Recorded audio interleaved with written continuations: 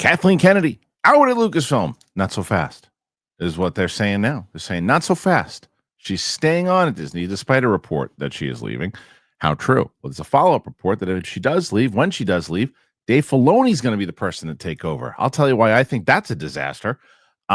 We also have a big battle going on with IMAX, Netflix, and the rest of the studios. Drama is afoot. And anytime I can say afoot, then you know it's going to be some kind of show. We got the great Clarke Wolfe on the show here today with me, just the two of us chopping it up. So enjoy this episode of the Kristian Harloff Show with myself and the classiest one, Clarke Wolfe. So thanks, everybody. Make sure you are already subscribing to this channel, Apple Podcasts, Spotify, anywhere podcasts are found. Let's do it.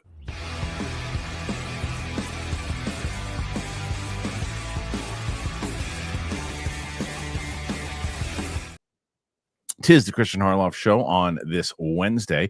Joining me on the show today is my very special guest, Clarke Wolfe. Hi, Clarke. Hey, everyone. Hi, Kristian. Good morning. How are you? Good morning for me. How are you? I'm good. Thank you very much. Always a pleasure to have you on the show. And even more, we should celebrate because at this time, the YouTube channel is a-flowing. You have been doing streams. Tell me about that. Yeah, so twice a week I'm doing a live stream on my show Sending the Wolf, and I've actually now finally started to split it up and do one guest a week and then one like news show a week. And so last week I had Michael Kennedy, who is the writer of Heart Eyes and Freaky, really wonderful screenwriter, loves movies, loves pop culture in general, and so that was such a wonderful journey. Especially, I don't know if you covered it on your show, but Heart Eyes did something kind of unheard of, which is like its box office has just like it grew in its second week. And so we talked about the industry and all that. And then yesterday I had Anthony DeBlasi, who directed me in Malum, but he's also a Clive Barker protege, just a really fascinating filmmaker. And then of course we get the movie talk on the Thursday show. So I'm really hopeful that, the audience is the interview and conversational elements are more podcast like. And then the news show is like the movie talk show. I love that, and everybody should be checking it out right now. And it's if they just check Clarke Wolfe, or what are they to check? YouTube.com/official Clarke Wolfe. Okay, Luke, if you are watching, please put that in the description of the video so people can find it that way, and even put it in the comments, please. Well, that's great, and I'm happy that you're doing that, and I'm excited that you're doing that. So people should definitely be checking that out. Thank you. Did you follow this news yesterday with the Kathleen Kennedy stuff? Yeah, I did. I saw it a little, and I think it's funny because I think the last time I was here, we were talking about Narnia, and so we're going to talk about that again too. Yeah, exactly. But yeah, I did read about the news, and it does look like maybe they're backtracking a little bit. But I think Kathleen Kennedy has done a lot for film and pop culture in terms of like over the last couple of decades. But I think I agree with you that it might. I actually don't know how you feel about it, but I feel like her time. It might be time for her to pass the torch. My opinion on it was I looked at it like a sports team. I said, look, you can bring in people and say, hey, look at this person who has won various championships and has been done very well on other teams. That person would be a great person to coach this team. And they coach the team, and they don't use the assets the right way. They don't coach. It doesn't take away from the stuff that they did previously. It just shows they weren't a fit for the team. And I don't think it was the right fit for the team.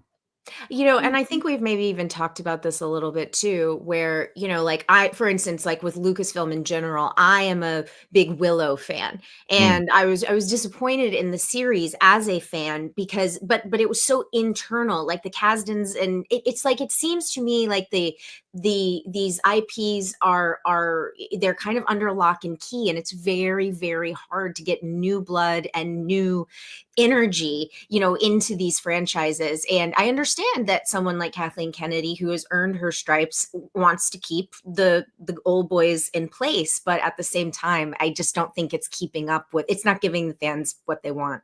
No, because she's also not grown from the old school mentality of producing. She just hasn't, even the way that she puts directors on and puts writers on, but it's just very old school, and it's time to move away from that. It's time to go a little bit more like, especially with these IPs. And, You look at what Marvel did and what DC is now doing.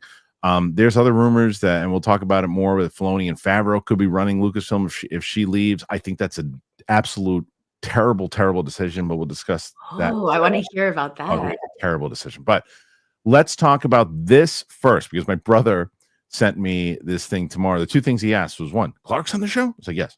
And the second thing he asked was, said, she's never leaving. Because here is this report here. Where the hell is it? There it is. Okay. This coming in, to which my brother sent this to me this morning. Star Wars chief is staying on at Disney despite a report that she is leaving, at least for now. So here is the report itself. Says rumors that Lucasfilm's longtime president, Kathleen Kennedy, may be leaving Disney have swirled for quite some time. But reports that Kathleen Kennedy will retire at the end of her contract might be jumping the gun. Puck reported Tuesday that Kennedy, who was 71, expected to step down as president of the storied production company behind the Star Wars franchise before the end of 2025. Several news publishers have followed up with their own reports, but a source familiar with the matter tells CNN that it's not the case, emphasizing that there's nothing there right now. Any announcement of Kennedy's retirement, if indeed there's anything to announce, will be made public when actual decisions are made, the source told CNN. Lucasfilm did not respond to a request for comment, and a spokesperson for Disney did not comment for this story. Kennedy joined Lucasfilm in 2012 as co-chair alongside George Lucas before being named president shortly after Lucas parted way with the company following Disney's $4 billion acquisition of the company the same year. Kennedy has been hailed for rejuvenating the Star Wars franchise after she helped launch the latest trilogy in the Star Wars universe. While the three installments of the sequel trilogy were massive successes at the domestic box office, the movies were plagued with diminishing returns, with 2015's The Force Awakens from J.J. Abrams pulling in over $936 million, followed by $620 for The Last Jedi and $515 for The Rise of Skywalker. Still, the three sequel movies pulled in more domestically than any of the three prequel. And of course, that's domestic that they're talking about. Under Kennedy, Lucasfilm released a new Star Wars movie every year from 2015 to 2019, though these likewise were met with mixed success. While critics heaped praise on Lucasfilm's 2016 Rogue One, which nabbed over $532 million at domestic, they were less kind with the company's Solo Star Wars story, which made a humble $213 domestic. Solo, whose budget was at least $250 million, to say nothing of its pricey marketing, was also the first Star Wars movie to lose money. Still, as Star Wars movies saw diminishing returns on the silver screen, Lucasfilm pivoted to focusing on streaming, debuting The Mandalorian on Disney Plus in November of 2019, just as Disney's streaming platform launched. Since then, Lucasfilm has put out 5 other live-action shows, including 2 more Mandalorian seasons, The Book of Boba Fett, Obi-Wan Kenobi, and Ahsoka. Let's not forget about The Acolyte. Oh, there you go. Here goes The Acolyte. While not all of Lucasfilm series have achieved acclaim, The Acolyte was canceled in August after just 1 season and mixed reviews. The company recently released a trailer for the much-anticipated 2nd season of Andor, which is set to premiere on Disney Plus on April 22nd. They don't even mention Skeleton Crew. Of course, Skeleton Crew. Making the most of the streaming success of The Mandalorian, Lucasfilm in 2024 announced it was working on a feature installment of the series The Mandalorian and Grogu from Jon Favreau, its first movie release since 2019. Okay, so there's a lot here. This could be a potential spin, and I'm curious if you feel that way, where it's like maybe that information clearly from the no comment from Disney and the no comment from Lucasfilm is that somebody leaked this and they're like, hey, wait a minute, we wanted to do this our way. We wanted to do this at Star Wars Celebration. We wanted to do this to where she could go and make the announcement and not have it leaked. So there's no plans until we say there's a plan. So it still could be legit, but they're just saying, hey, wait a minute. Or someone who has heard that, she was going to be stepping down. There is no definitive plan as of when. Maybe it is after Mandalorian and Grogu comes out in 2026. I don't know. But if I'm Kathleen Kennedy, though, and I'm sure she would have seen this anyway, I actually think that this announcement coming out yesterday and seeing everyone basically throwing a parade in the street that it was happening would say, well, I don't even want to do this, part one. Part two is, now that if she isn't going back, it's going to make it even worse. Because now everyone's like, oh, we thought you were gone. Oh, now you're back. Great. So how do you feel about this? And do you think that this is just spin? I think that if Kathleen Kennedy or someone, let's even say someone like Kathleen Kennedy is leaving Star Wars or Lucasfilm, then it's going to be a slow rollout. You know what I'm saying? Yeah. I don't think it's going to be like resignation effective tomorrow. This Right. is not how big corporations that are worth billions and billions of dollars handle business. And I do think that no matter what the fans maybe feel rightly, wrongly, somewhere in between, Kathleen Kennedy is someone who does deserve the respect and I believe that her people she answers to from a corporate perspective, they agree that she will exit on her terms. So I think she will be afforded that respect.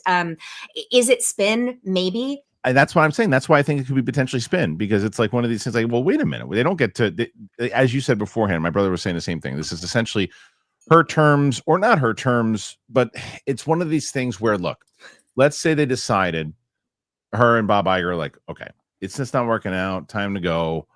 We discussed this yesterday in the show, but it's like, oh, all right, well, let's plan it out to the end of the year. Whoever you guys bring in, I'll usher them in. We'll make the moves. We'll do everything, and it'll be essentially looks like me leaving on my own terms. If you have 7 or 8 months, you essentially are leaving on your own terms. If you get to pick your successor, you're definitely leaving on your own terms. But we don't know that's the case.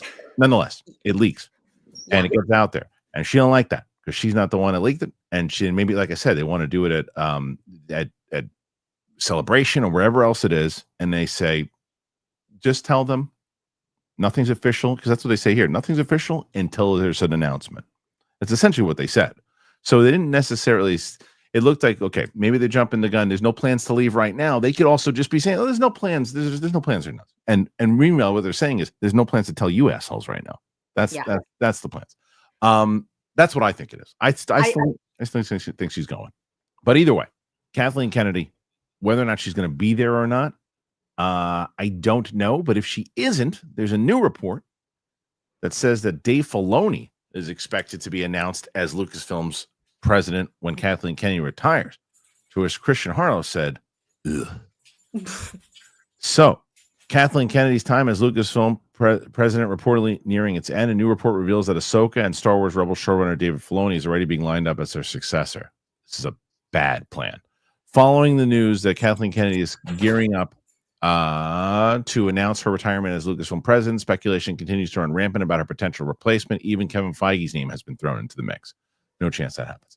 Fans haven't appreciated Kennedy's stint in charge of the studio. She has delivered some successes for Disney. The Star Wars sequels were box office hits, and Disney Plus was launched on the back of The Mandalorian, but there's also been many failures. Whether it's the countless Star Wars movies that failed to materialize, or the way Indiana Jones and the Dial of Destiny and Solo Star Wars story underperformed, the majority agree that a fresh face calling the shots would not be a bad thing. As we first reported on sffgazette.com, Scooper My Time Shine Hello claims that Dave Filoni is a candidate to replace Kathleen Kennedy after she steps down from Lucasfilm next year. Don't know how much I buy that, though, because, like I said, there was a report from My Time to Shine Hello about a Mara Jade thing last week that I know is not true. So I don't know if this is just one of those stories, or there might be some merit to it. That might seem like an obvious suggestion, but the Hollywood Reporter has confirmed that, yes, Filoni is Kennedy. Okay, never mind. Reporter confirmed it. Also, Filoni is Kennedy's likely successor. George Lucas himself mentored him, and after cutting his teeth as a creative on the Clone Wars, Filoni has worked alongside Jon Favreau to spearhead Star Wars streaming stories. Having helmed Ahsoka in 2023, Filoni is knee-deep in pre-production on season 2 and is still expected to direct his own Star Wars movie. How can Lucasfilm's chief creative officer balance that and calling the shots in the studio? It's hard to say, but the trade notes Filoni is already Disney's choice to succeed Kennedy and predicts that it will be announced at Star Wars Celebration in April. One reason... Yeah, I want to know why I have no skin in this game in this respect, but I'm so genuinely curious why you, and I'm taking a look at chat, like why you all feel so strongly that this is not the right move. Because I thought when I first read this, I was like, oh, the fans love what he's up to, so like, tell me more. Tell me why. I will. And I like that song. Tell me more from Greece. Anybody? Thank you. So if you went back, if we had if right afterwards of our conversation that we talked about in 2017, 2018, you turned to me and said, hey, I have a question for you. What do you think about Dave Filoni running Lucasfilm? I would have been saying, what a great idea. That's amazing. Like, I love that. And I was also one of the people every day on Movie Talk saying that he should get a shot at live action. He should be doing this, should be doing that. And to be fair to him, there are some episodes that he directed of Mandalorian season 1 that are probably some of the best of the entire season. And there's some stuff that he did. And does he know Star Wars really, really well? Of course he does. And was he a prodigy of Lucas? Yeah. The problem is he holds two. He's first of all not an executive, a full-on executive, like to run an entire company to do that. I mean, if you're going to do something like a James Gunn, where James Gunn is not running all of DC, the business side of it, he's running the creative side of it, and he has Peter Safran to do the business. Yep. Bring in a business person too. Don't let him do all of it because there's no way he's going to do it. It's impossible.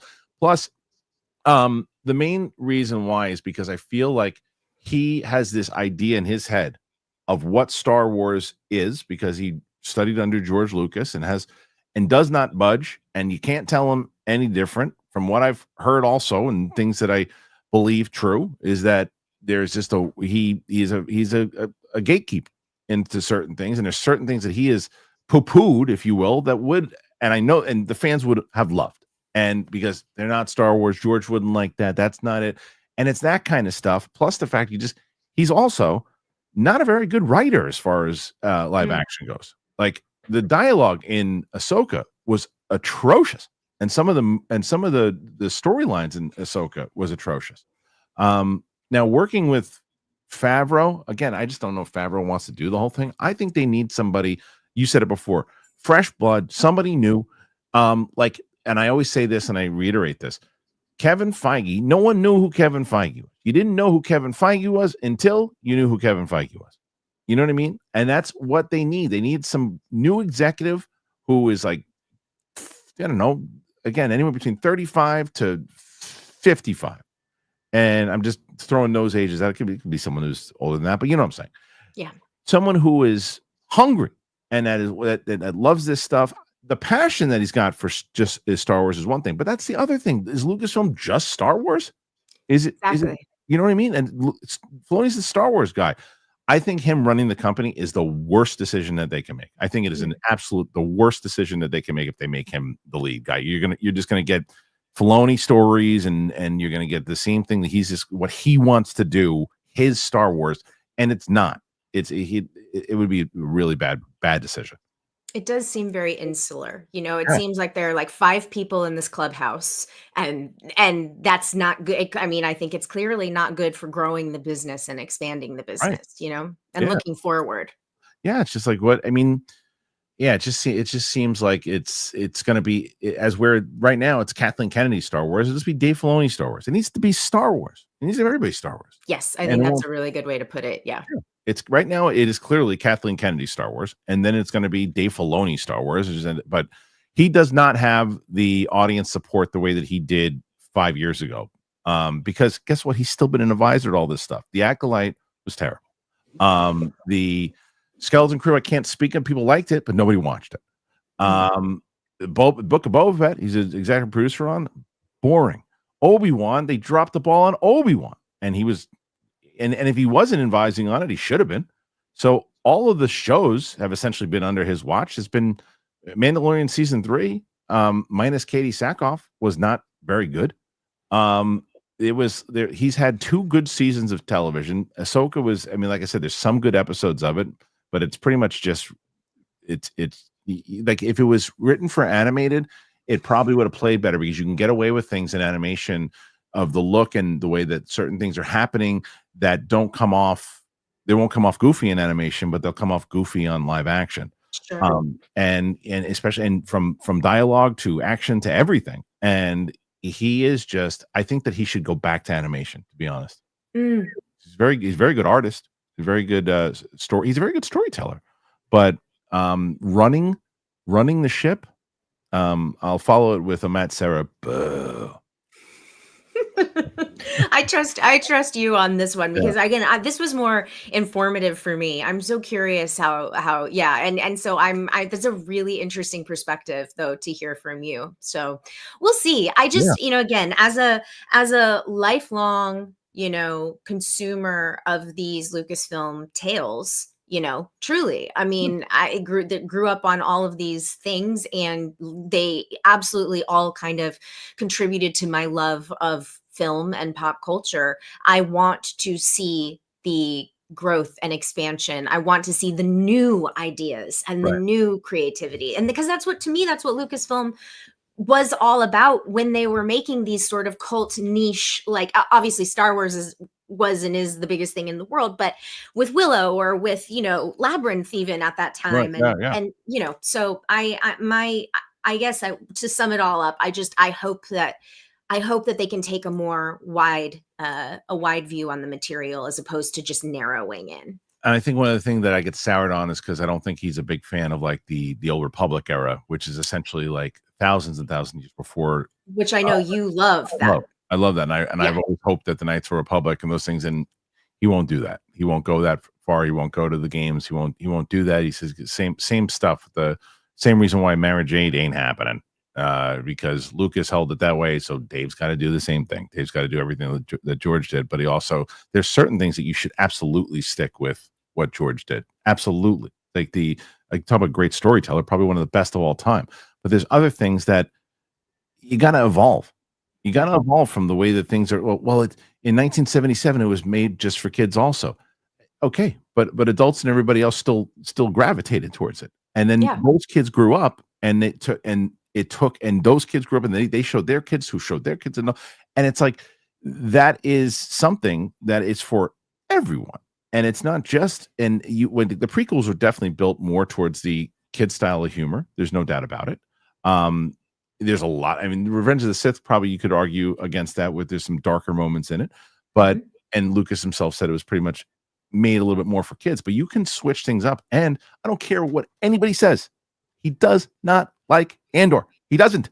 And it is the best written. It is the best written stuff that they've done for Star Wars since Empire Strikes Back. And there's a reason it's only 2 seasons. So I think that that would be a horrendous move if they put him there. So I'm like, when they announce it at Star Wars Celebration, you should come back on and we can talk about how horrible of a choice it was that they did that. I will listen to you talk about. I feel like I've already said too much for 1,000 lifetimes in these last 20 minutes. Is that what's been going on in your head the last? Yeah, 100%. Just sitting here being like, what have I done? I know you so well. I know you so well. You're like, oh, wait a minute. Maybe I shouldn't have said any of that. Anything, really. I should just say nothing. Why am I here? Why do I do it? You're like, you're ready to text me going, hey, can you cut? Oh, wait, we're live. Yep. Right, sure. Live. No. Yeah. I get it. Like I've been there. All right. Let's take a break real quick. And I'm going to go to some of our wonderful sponsors and tell you guys about them. And I think you're really going to enjoy them. I'll tell you about both of our sponsors here today. And I think I've been telling you all week about them, guys. And you have been responding to it. And I love that. Talking about Mandalorian. How about Mando? Right, let's talk about Mando. I was having a conversation with a buddy of mine. Went on a first date the other day, and I said, hey, I understand you got to get all ready. You got to all spruced up. And I'm telling you what you really need to do, whether you're getting a new haircut, whether you're cleaning your car, you just the nerves start kicking in. Well, one of the things you want to make sure you have taken care of, you don't want to smell like an animal. And that's why you have to use Mando. It's the best. For me, Mando, look, I've been married for over 15 years, and I still making sure that my wife is pleased. When she goes, what's that? She can tell it's Mando. Yeah, I'm confident. I like the spray, and it's not just for your pits. It's for everything. It could be for your thigh folds, your belly buttons, your butt crack, even your feet. It was created by a doctor who saw firsthand how normal BO was being misdiagnosed and mistreated. It's clinically proven to block odor all day and control odor for up to 72 hours. It's the best. All products are baking soda free, paraben free. They are amazing. You can choose from a fresh scent, whether it's bourbon leather, clover woods, Mount Fuji, or Pro Sport. I like the Pro Sport one too. I know that Winston's a big fan of the bourbon leather. So if you want to try America's #1 whole body deodorant formula right now, you can find them in Walmart, Target, other retailers across the country. For the best deals, you got to go to shopmando.com. Mando's starter pack, it's perfect for new customers. It comes with a solid stick deodorant. It's got a cream tube deodorant, 2 free products of your choice like mini body wash, deodorant wipes, and free shipping. Everyone loves free shipping. As a special offer for our listeners, new customers will get $5 off a starter pack with our exclusive code that equates to over 40% off your starter pack, but you got to use that code Kristian at shopmando.com, shopmando.com. Please support our show, and you got to tell them that we sent you. When you sign up, tell them that we sent you. Smell fresher, stay drier, boost your confidence from head to toe with Mando. Hey, Mando. Robinhood Gold. With Robinhood Gold, you can now enjoy the VIP treatment, receiving a 3% IRA match on retirement contributions. The privileges of the very privileged are no longer exclusive. With Robinhood Gold, your annual IRA contributions are boosted by 3%. Plus, you also get 4% APY on your cash in non-retirement accounts. That's over 8 times the national savings average. The perks of the high net worth are now available for any net worth. The new gold standard is here with Robinhood Gold. To receive your 3% boost on annual IRA contributions, sign up at robinhood.com/gold. Investing involves risk. Rate subject to change. 3% match requires Robinhood Gold at $5 a month for 1 year from first match. Must keep funds in IRA for 5 years. Go to robinhood.com/boost. Over 8 times the national average savings account. Interest rate claim is based on data from the FDIC as of November 18th, 2024. Robinhood Financial LLC, member SIPC. Gold membership is offered by Robinhood Gold LLC. Hello, Robinhood Gold. Thank you so much. I really appreciate it, Robinhood. And hey, Mando. Come on, hey, Mando. You guys, if you want to help out the show, that's how you do it. So make sure you go in there and get yourself something wonderful today. All right, Clark. We got some more stories here today. We got a bunch of them coming up. And you mentioned it beforehand. The Narnia story just doesn't go away. It really doesn't. This was so wild, like so spicy for IMAX. IMAX is spicy. Everything going on, and for people who don't know what we're talking about, I'm about to tell you, because there is so much drama with your mama. No, there's so much drama with the IMAX thing and Greta Gerwig and Narnia and all that. Listen to this. This is crazy talk. All right, so AMC CEO wants movies in cinemas way longer. AMC Theaters CEO Aaron, unsurprisingly, wants movies to play exclusives in cinemas for longer. What may surprise you is how much longer. The head of the nation's largest exhibitor spoke during a quarterly earnings call today and said there is a very live debate right now going on regarding cinema exclusivity windows, and that they would like to convince all the major studios that they should keep movies in theaters longer. Windows between a film's cinema release and its home video digital release have shortened over time. With VHS, the delay was 6 months. By the time of DVD, Blu-ray, it was around 3 months, 90 days, and it stayed that way for a long time, shrinking ever so slightly to 74 days by the end of the 2010s. With the pandemic, the window has gone down to 45 days, but some, most notably Universal Pictures titles, have gone to digital quick as 17 or 30 days via PVOD. More consistent is that there is no consistency.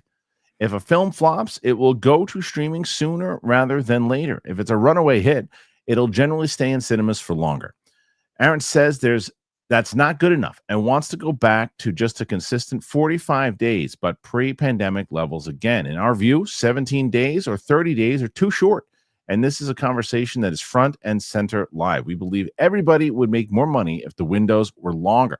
So watch this space. We'll continue to see we'll continue to see what can do to convince the industry that it should be firm around 45-day number. And once we get there, maybe we can extend it to 60 days or 74 days like it was pre-pandemic.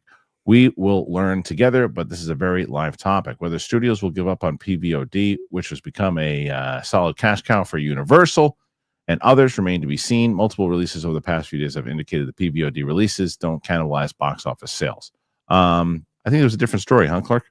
Yes, that was. But I do think they complement each other. So yeah. I think they kind of one leads to the other for sure. Yeah. So talk on that one real quick while I find the other one. Absolutely. So here's my thoughts here. Like, I as a fan and as a new filmmaker, like absolutely agree that this window needs to be longer. So I mentioned it earlier, but like, let's use the example of Hard Eyes. You know, Hard Eyes is a Valentine's Day slasher movie that came out the weekend before Valentine's Day. A very smart and savvy marketing move, in my opinion. Because they believed in their movie, right? So you let the positive word of mouth grow, and then as a result, what happens is instead of yanking the movie from the theater, you know, on Valentine's Day weekend, you see an actual increase in the box office, which rarely happens.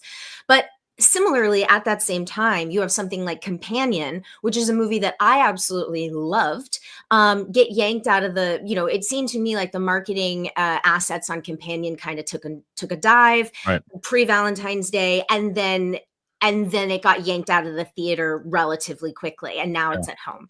So why do I bring all of this like example and context up? Because if the theater owners are actually saying like, please let us have the movies for longer, Yeah. it probably is because they think that people will come to see the movie. You know, like I don't think that they're just looking to, I don't think that, I think it's a complementary like business sort of savvy. Yeah. And so, but I also wanted to mention Sean Baker's speech at the Spirit Awards this weekend, talking a little bit about how now that Blu-ray and DVD sales, that market where studios can make up so much of their profit and Right. so much of their budget, that allows movies to be considered quote unquote successful. Now that that is gone and these theatrical windows are so short, I think it all just kind of feeds into exactly what we're talking about. And so I agree with this. I think this is like give these movies more time.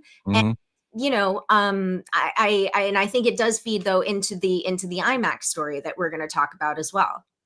Yeah, if the theaters want the movies to sing, because you know, one argument could be like, well, maybe the studios just wants to move them out because they're not performing, and they want. I mean, not the studios, the theaters want to move them out because they're not performing, and but if they were the ones that want to keep them for longer, because because it's probably harder for them to keep shuffling in Right. the new movies all the time. Plus, they have schedules like, okay, this will play in theater, this will play in this, and at least they're, even if there's like 8 people in one screening, at least that's still eight people that are buying concessions for that Right. thing. That now there's the theater business has just changed so dramatically in general. So like the window is tougher because of the movies that there are too. Like if I'm a studio, I kind of understand though. It's like, okay, look, we don't want to keep the movie in the theater. It's not performing at all. It doesn't need to be there anymore. We want people to see it because look at like Air, right? Like Air. Mhm. Did you see Air?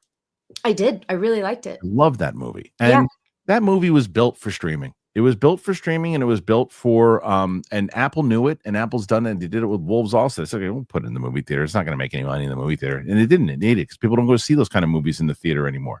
And then they said, okay, we just got a short little window, and then it's out. And that's exactly what they did for those movies, and they have a strategy for it now because they know what movies could hit.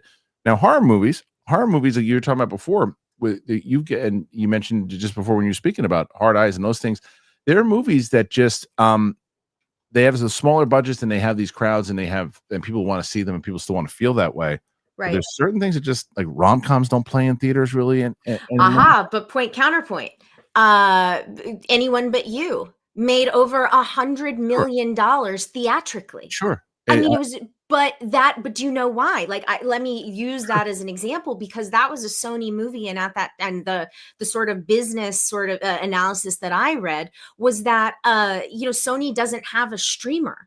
And so as a result, they were able, and it was, to be fair to the context of the situation, it was that time kind of as we were slowly coming out of COVID, where there wasn't a ton that could be released theatrically because production was all behind, right? So they let the movie sit. It came out around Christmas time. It was And then counter they programming too, yeah. Yeah, and then they let the movie sit in the theater through February. And so it cleared $100 million domestically. Did it make that much? Yeah, I think you're right. Yes, it was a huge. It was a massive hit. It was a massive hit. But like the other reason why I say take shots on movies like that theatrically if you're going to do it is that movie probably cost $10 to $20 million tops. Sure. Yes, 100%. So when it makes $100 million, that's a massive product.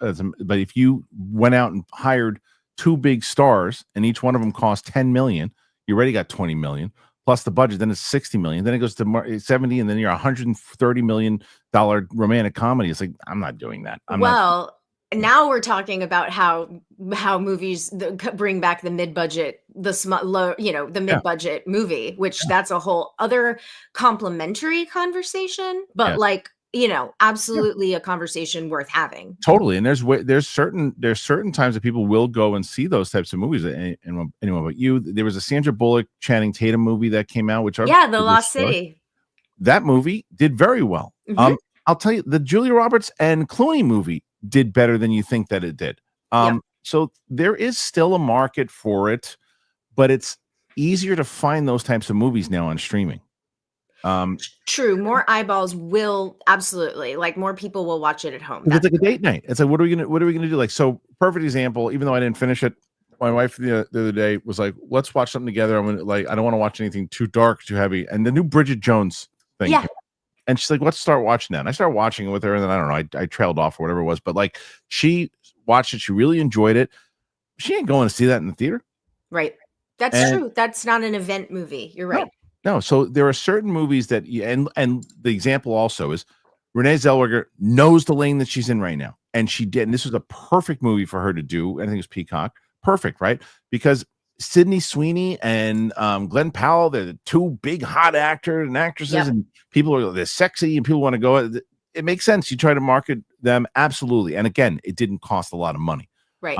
Today, if you make that movie with the two of them, you're not going to make it for that budget. Very true. That's very true. And on top of that, I do think it's worth pointing out that movie did not have a huge opening weekend. That was sort of an overtime. And so I think that's more of what we're getting at is whether it's a rom-com, whatever, it's a horror movie, whatever the genre is. I'm sure you've talked about Juror Number 2, but that's another example. Love that movie. Why was I'm halfway through it, so I haven't finished it yet. Okay. But that was a story that us nerds were like, wow, how they did Clint Eastwood so dirty for his final movie, and it's really entertaining, and it has an incredible cast. It's a great movie. It really was. I think it was in my top 10 this year, and also with how arguably weak, some of the Oscar. I would argue this is maybe weak is the wrong word. A strange year for the Oscars, let's say. Yeah. Juror Number 2 could have absolutely, I think, made headway within the Oscar space. So just a real miscalculation on Warner Brothers' part. But again, their incentive is not to honor, and honor is the wrong word even. It's because it's a business, for God's sake. Right. But they don't have an interest in.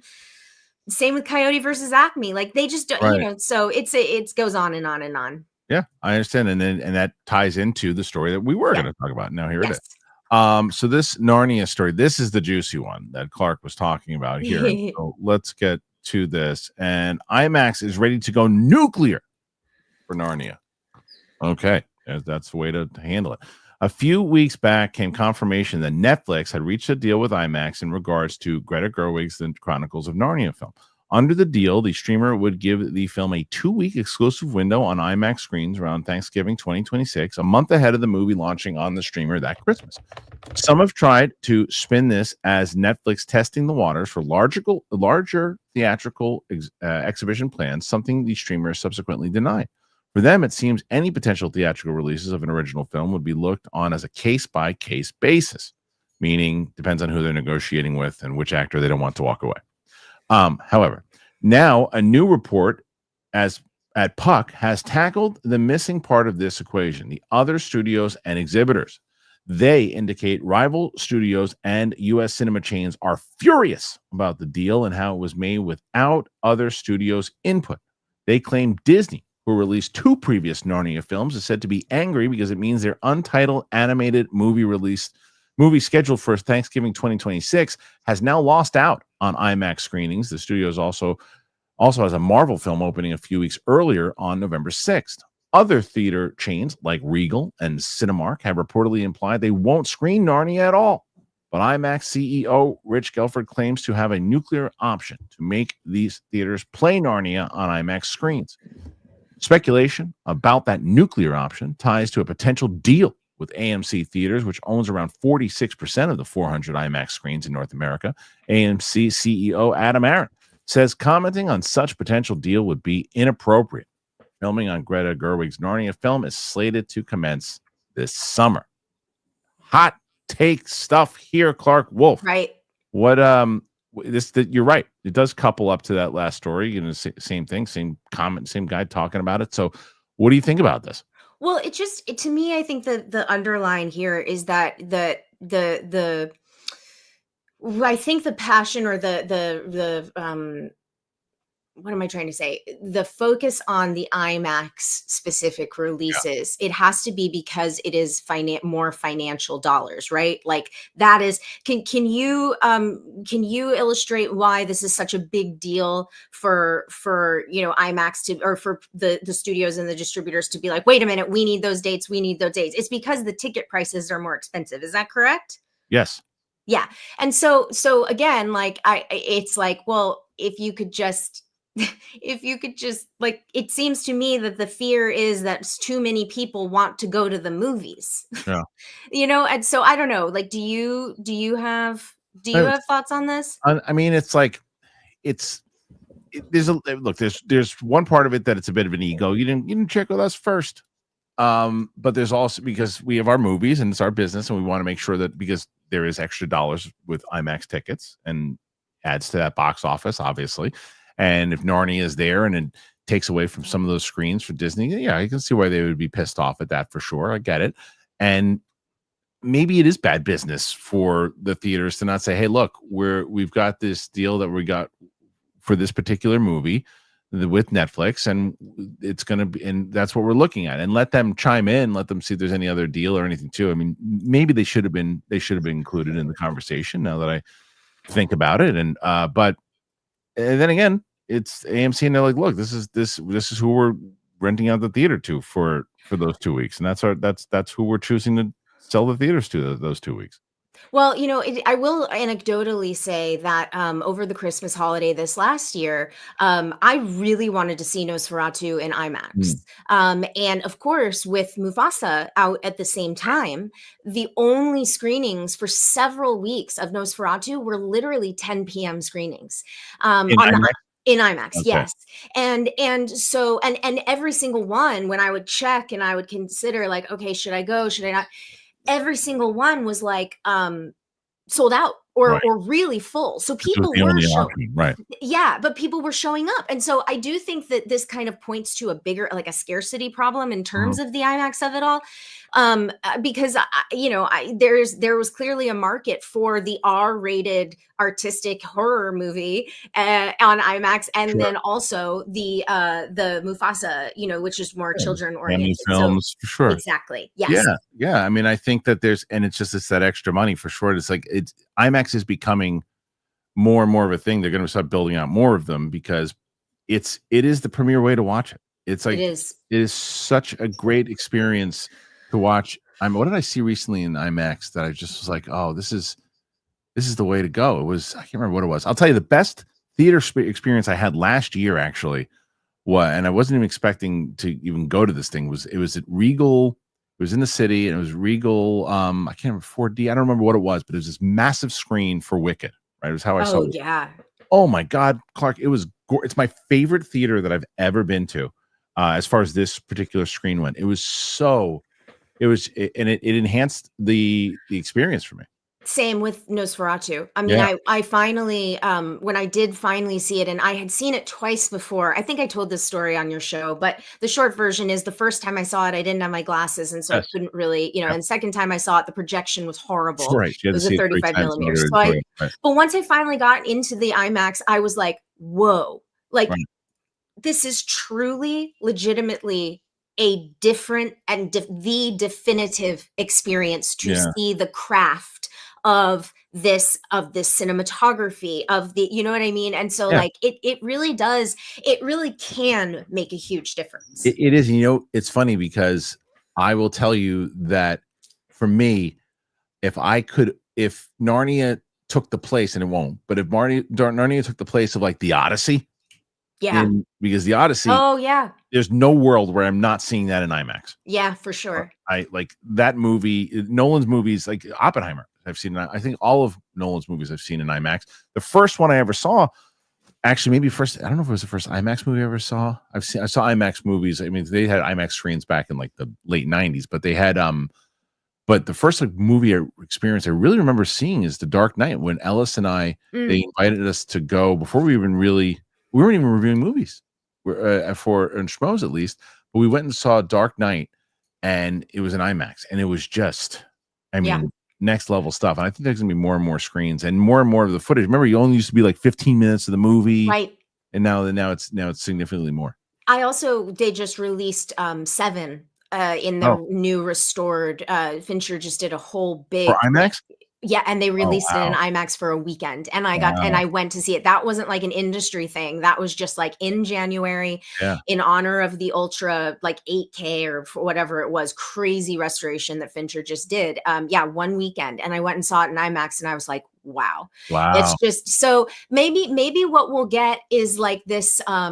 Maybe what we'll get going forward is like an IMAX run. Yeah. You know, like if the real estate is actually so limited, and you have these films that like Build they more. can sell Yeah. out. Yeah. Yeah. I mean, and that's kind of what we were talking about with Narnia last time I was on, was if Netflix is going to be weird about the theatrical release and all of this, then, you know, like, okay, it's getting a limited IMAX run, but like Yeah. maybe other films will go that route as well. Maybe so. You remember, like, I think it was after Avatar, the first Avatar, that all the theaters and everybody started doing 3D, and like it was just like every movie was 3D, and like that was like nobody asked for that.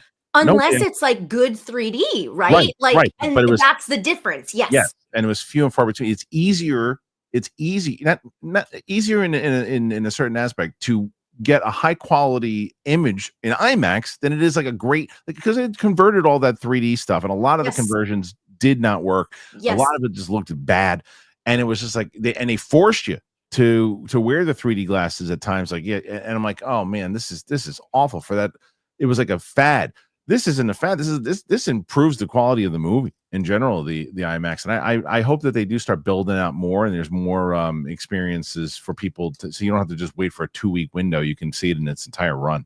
Yeah. IMAX. Yeah. That would be amazing. All right. So we have 2 more stories to get through, and then we are going to get some questions. Now, Clarke Wolfe already has 20 questions. It's gonna be a little tough to beat Mike and Roxy this week, who had 250. So that's but they just what kind of questions are they asking Mike and Roxy that they're not asking me?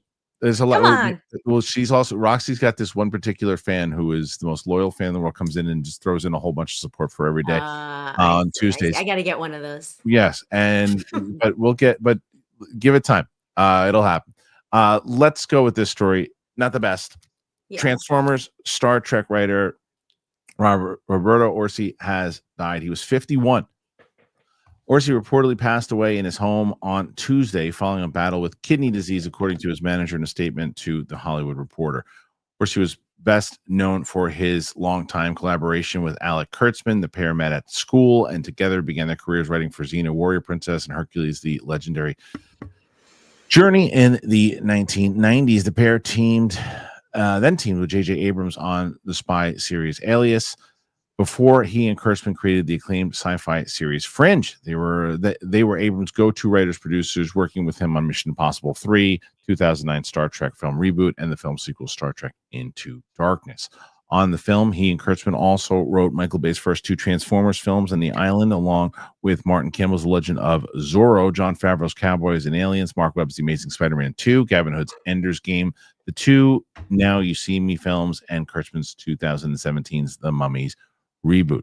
On TV, he helped develop over 200 episodes of 2010's Hawaii Five-0 reboot, co-created Fox's Sleepy Hollow, executive produced series like Scorpion, Limitless, Matador, and Transformers Prime. The Mexico City-born Orci is survived by his father, Roberto Orci Sr., mother, Marquis Robo Garcia, siblings J.R. Orci, Taylor Orci, and Courtney Ford. So, Clarke, when I was telling these stories, you actually have a personal story that you worked with Roberto. I did. So, it's sad in general. I want to be clear, like, we were not buddies by any stretch, but, early in my career at Nerdist, I did a lot of work with Bob, not only on, his show Matador when the El Rey Network first launched. I covered that show from start to finish and wrote a lot of pieces and went to set and, with Bob and with Robert and this cast and then also I ended up hosting and producing the official Sleepy Hollow Hmm. podcast for season 2. So Bob was another person, or Bob was on that show as well. And so I didn't know him like, I mean, I worked with him and had nice conversations with him professionally. I know he had some struggles over the years, but it's sad. It's really sad. Like, for a chat who maybe doesn't know or doesn't have that context, Kurtzman and Orci from 2005 to 2015. I mean, they just were the guys in movies Yeah. and TV.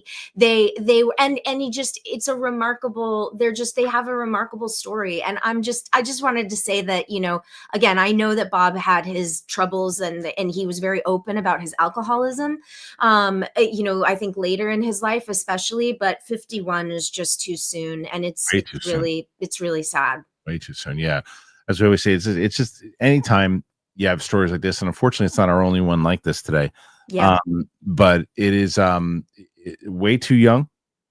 As you always wish for peace for their families and everything. So there's really no transition to it, especially when the next transition is something the same and even Yeah. younger. Uh, Buffy and Gossip Girl actress Michelle Trachtenberg has passed away at the age of 39 years old. Michelle Trachtenberg, an actress known for her roles in Buffy the Vampire Slayer and Gossip Girl, has died at the age of 39. Trachtenberg was found dead Wednesday in New York City apartment near Columbus Circle just after 8 a.m. local time by her mother, police has told ABC. The source told ABC News the actress recently underwent a liver transplant and may have been experiencing complications. Mm. Trachtenberg is believed to have died of natural causes and no foul play is suspected. An autopsy will be conducted by the medical examiner's office to determine the cause and manner of death. Like, you mean that's just horrible. Not on so many levels horrible. Not that the previous story wasn't horrible, but like just hearing the 39 years old, Yeah. B, that she's having complications from a surgery potentially, and then C, that her mom found her. It's like, what a horrible story this is in general, and like, again, just heartbreaks for her family. Yeah, I mean, and I'm seeing it in chat. I've been seeing it in chat like all show, but she was a huge part of my childhood for sure. I mean, growing up, like, from Harriet the Spy to Buffy, I'm a huge Buffy fan.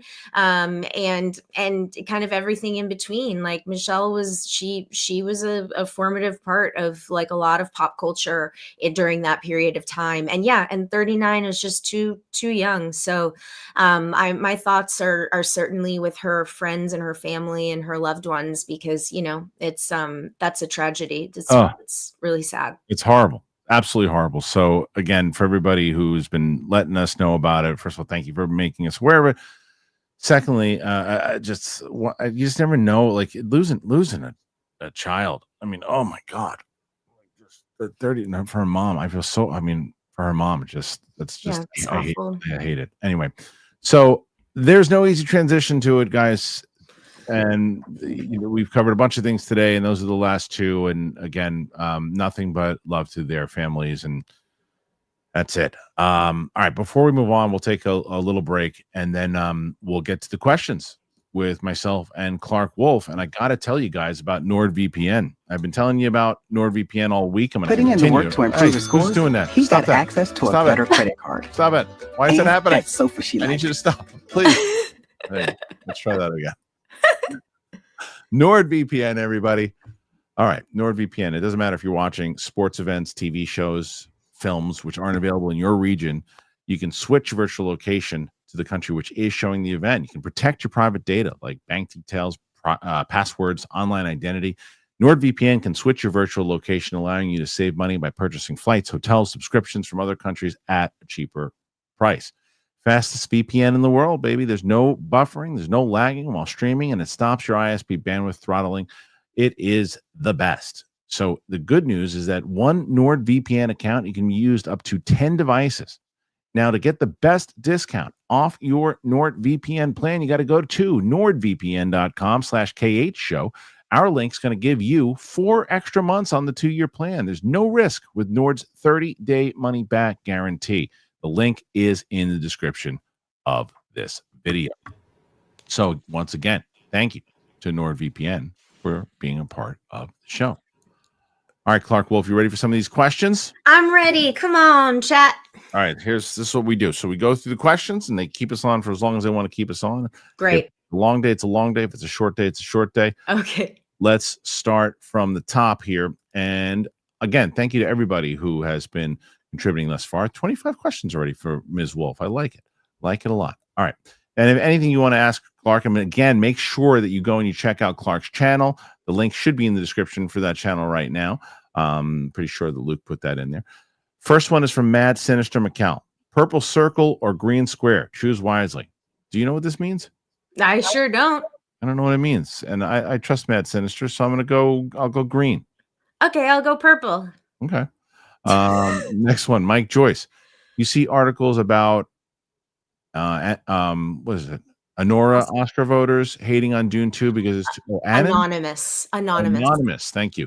Do you see articles about anonymous Oscar voters hating on Dune 2 because it's too long? They also voted for Brody over Ralph. What did I call him last time you were on?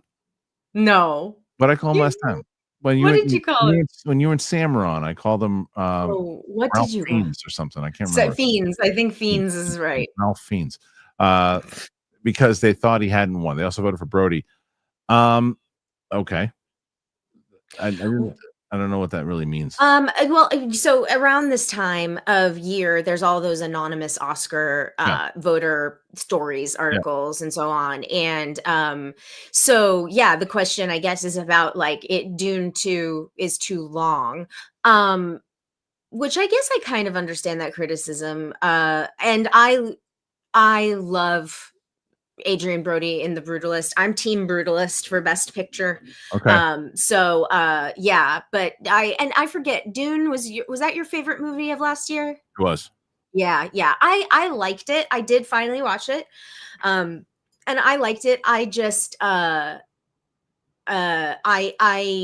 had been told and not spoiled that like, okay, the Messiah, like the chosen one arc, and except it's going to turn it on its head. And I was like, oh, okay, great. Like sign me right up. And it didn't really, to me, that wasn't enough of a turn. And so I kind of was like, oh, all right. So, I liked Dune a lot though. And I think the thing I've been saying on my show, and across the board is like with Denis Villeneuve and John M. Chu specifically, making great pop art. Yeah. If it was easy, everybody would do it. And so the fact that these two were left out of the Best Director nominees, I think is just like incorrect. I think it's just nonsense. Especially the fact that John M. Chu won Best Director at Critics' Choice Awards. Yeah, for sure. I think, that's, I will say about the awards season, that's something that I've been really appreciating is all these different voices, all these different award shows getting a lot of respect and attention is it's great because you are seeing a variety of things get accolades and, recognition versus just a standard Oscar fare. Yeah, I'm curious how it's going to play because I really, first of all, as far as Brutalists go, brilliantly acted by Adrian Brody. I think he'll win, although I wouldn't be upset if Chalamet won for Complete Unknown, but he won't. Brody will win, and I would totally applaud. The guy was phenomenal in the movie. Yeah.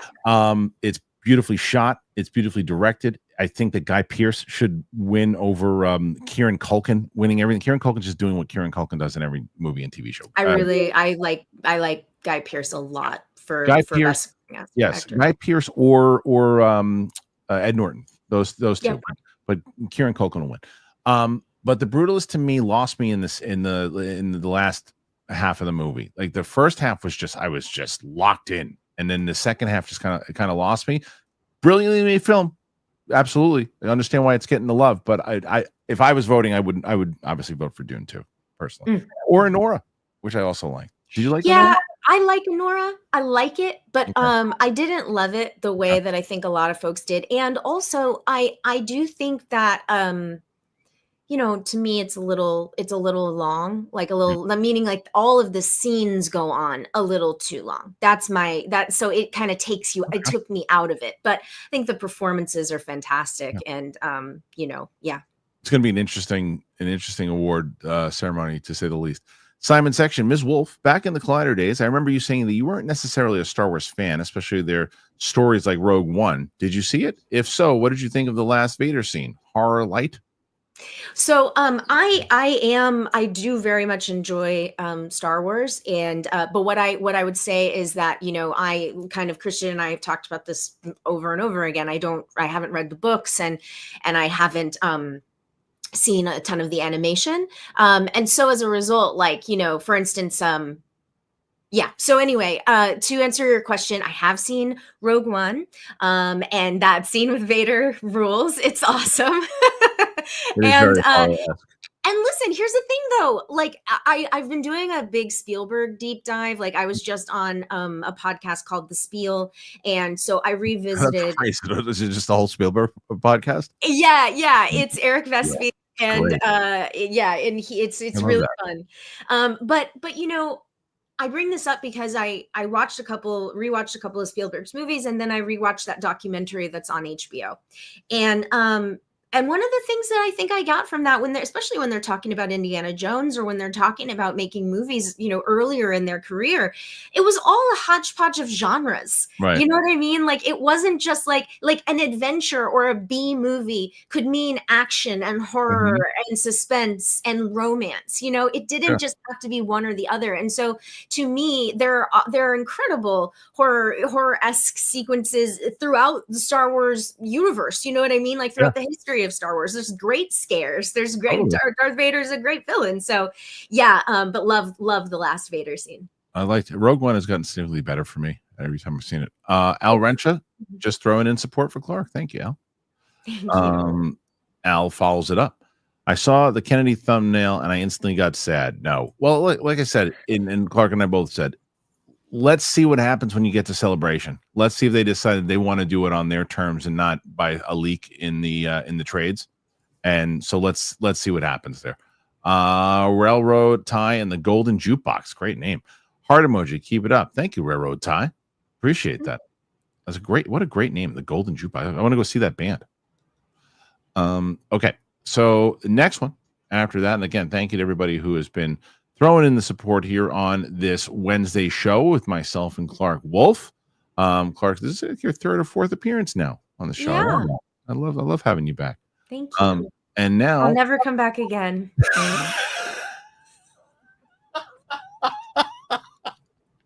Hey, I didn't do anything. No, I know. Invincible Arsenal. No offense to her, but Kathleen Kennedy's legacy is ruining the biggest franchise. I saw The Force Awakens 28 times this week. Whoa. 20 times. Week one. Week one. I no longer and will not bother with Star Wars anymore. You know what? That's the funny thing, though. It's like let me ask you, Invincible Arsenal, if you had a new executive going in there with a new plan, would that change your mind? I wonder. Yeah. I wonder too. I don't know. I don't know if you have a new executive, will it change the plan? But right now, like I said, I do think that my brother asked me this question though too. What did he ask earlier today? And I'm curious what the audience thinks about this too. Who do you think, if you were going to pinpoint damage to Star Wars, what do you think did the most damage to Star Wars out of these six? Kathleen Kennedy, toxic fandom, Rian Johnson, J.J. Abrams, Jar Jar Binks, George Lucas as the director of the prequels. I'm not answering this question. No way. I don't have any thoughts on this. No. Curious what the audience thinks about that one. Yes. What does the audience think? Exactly. All right. So John Ashford. Hey, Clark, do you think we will ever get a good modern take on a werewolf. I want to see a wolf just run around amok. I was hoping Well, that last one, Lee Winnell one, was going to be, but well, here's what I think. It's really tricky, isn't it? Yes, of course. Here, my answer is yes, I do think that there's always a way to do something well. It right, just honestly comes down to being in the right hands with the right vision. And I'm very Robert Eggers' next movie is going to be a werewolf movie. It right, is right. not going to be present day, so a modern day take, but I do think it could be a really fascinating take on a werewolf. And I also think too, like I can totally see somebody going old school, studying Rick Baker's transformation in American Werewolf in London and sort of saying, okay, how do I one up that? And then that's a big part of the pitch. And somebody with money getting excited and saying, Yeah, okay, yes, I'm going to actually invest in a werewolf movie where we let the artists do the transformations, practically move the technology and the special effects forward. So I think, I think we will. I just think we're in a weird time, especially with what things cost and what fan expectation is, and I honestly, agree. what studio expectation is too. Totally agree. Matt Bull, my friend James, can you explain the value of an executive producer versus the director? Would Spielberg be Spielberg without Kennedy? Well, the This is a value of great it, question. it is a great question. But the executive producer also can be, there's different roles, right? So there's some executive producers that could just be money people and it could just be putting money into the movie. And then there's other executive producers that are very hands-on with creative. And then there's other executive producers that were handed that credit because they said, hey, I was involved in this thing. I'm no longer involved in it anymore. I'll take off and you pay me, but I want an executive producer credit. And they don't do anything. But the second part of that, would Spielberg be Spielberg without Kennedy? I feel the answer would be yes.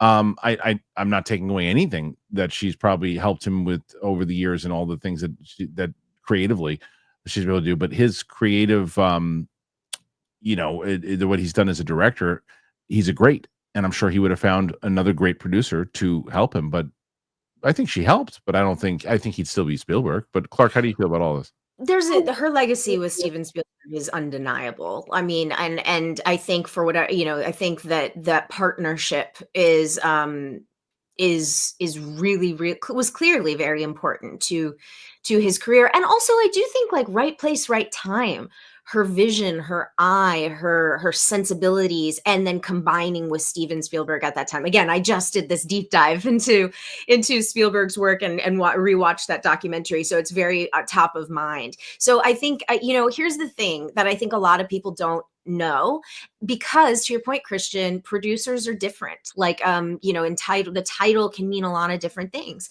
And so what I would say is that I think that it sounds like she was a very involved, hands-on producer in Steven Spielberg's legacy, especially in those, the 80s movies, specifically. So yeah, I think her contribution to film history is absolutely undeniable.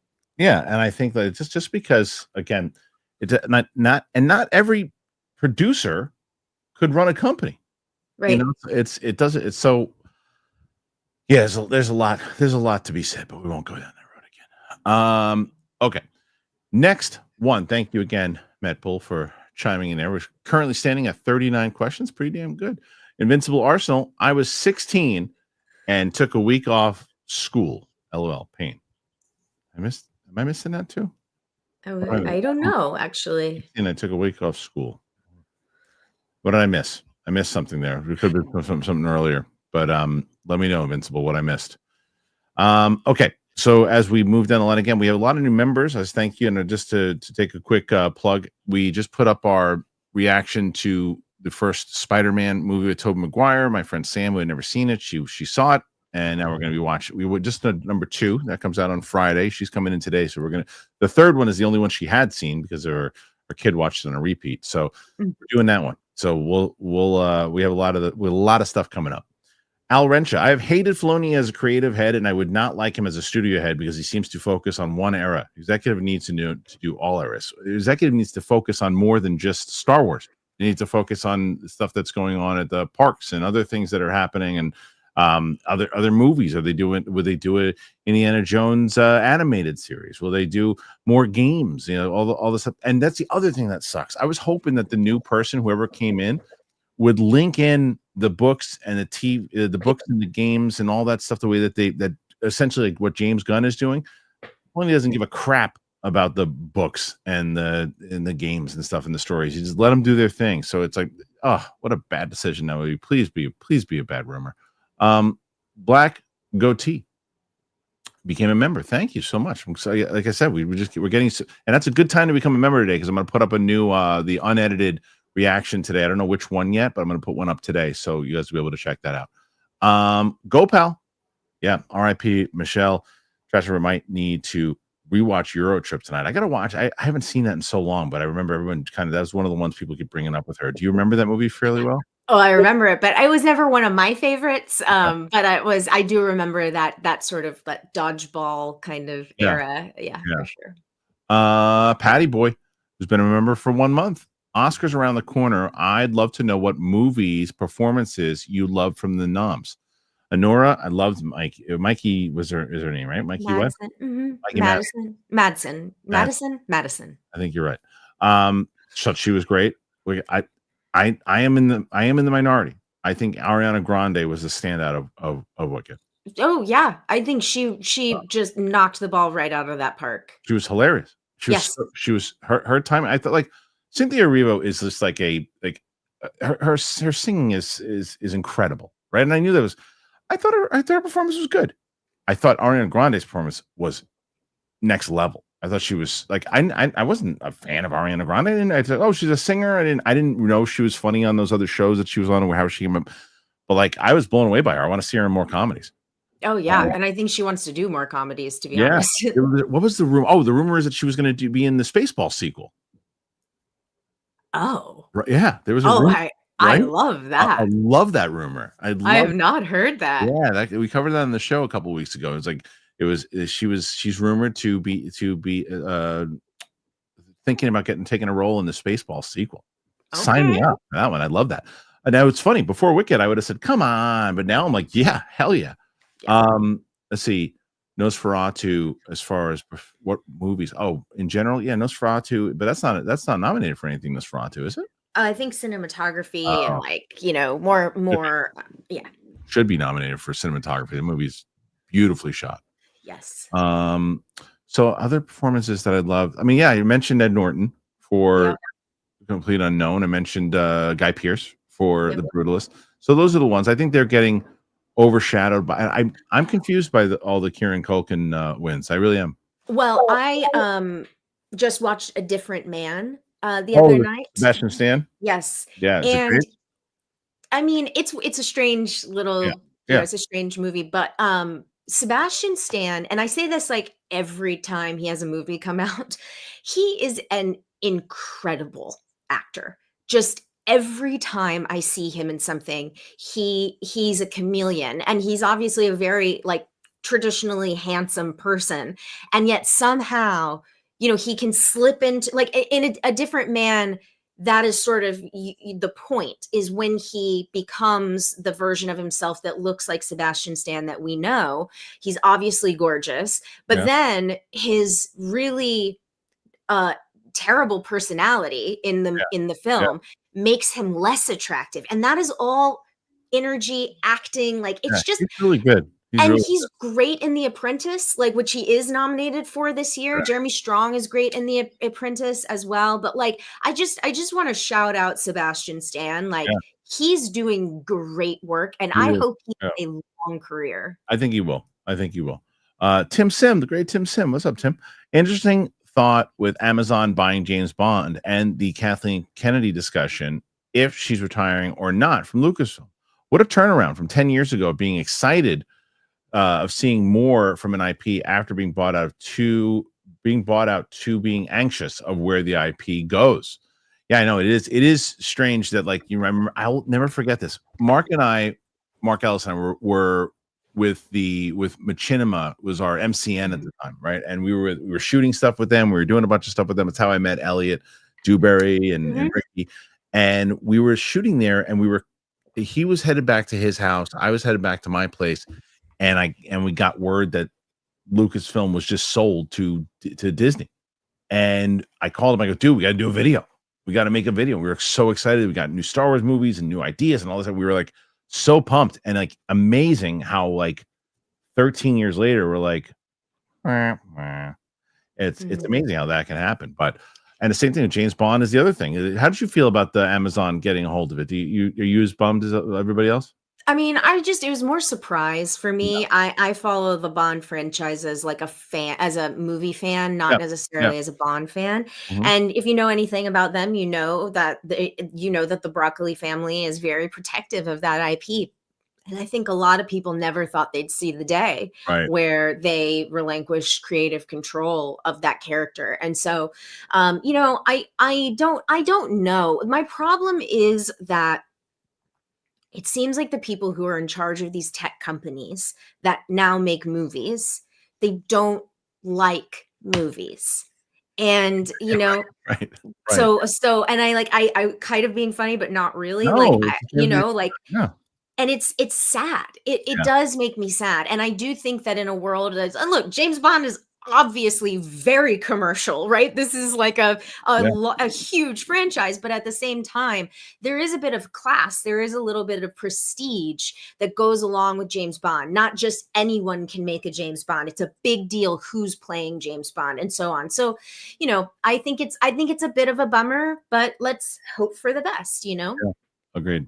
Corn Emperor, preach. Theaters keeping movies longer. We'll see if that happens. We're going to see if that happens. Big Boss becomes a new member. Thank you, Big Boss.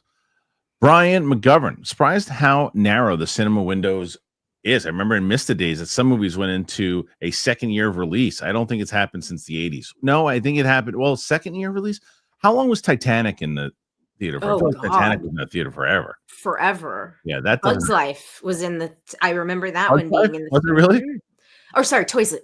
Toy I'm Story. sorry. Toy Story. Sorry. Yeah, I remember a lot of those. I mean, that's back in the day. Like the movies would just you could go, hey, ET's been out for 6 months. Let's go see it.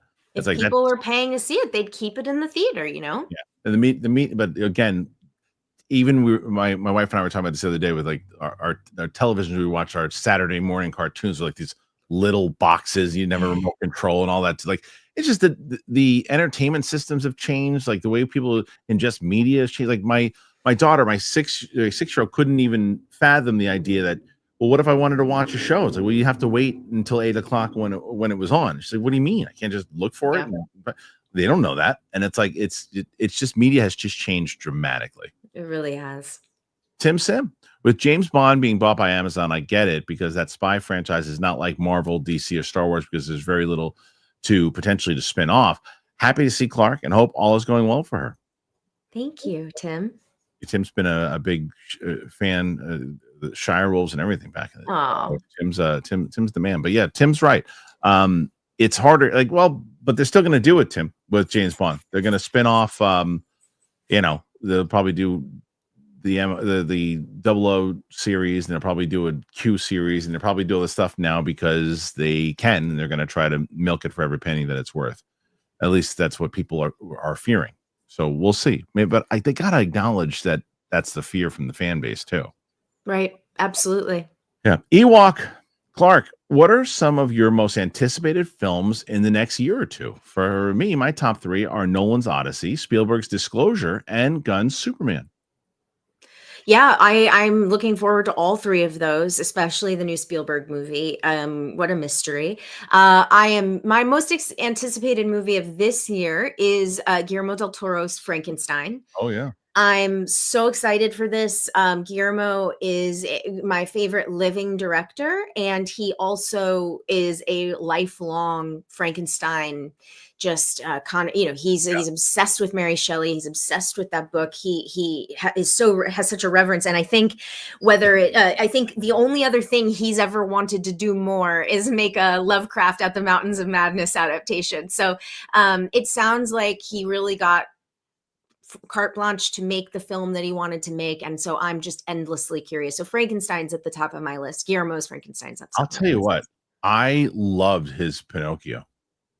You know what? I started it and then I was like, I'm not ready because Pinocchio breaks my heart. Like it Oh, truly, and I know Guillermo does not pull punches. it was so good. And so I was like, I just haven't emotionally prepared myself to watch it yet. You need to. It's brilliant, and it was the same year that Piss Box that they're one the live action Zemeckis one they did. Right, You know, right.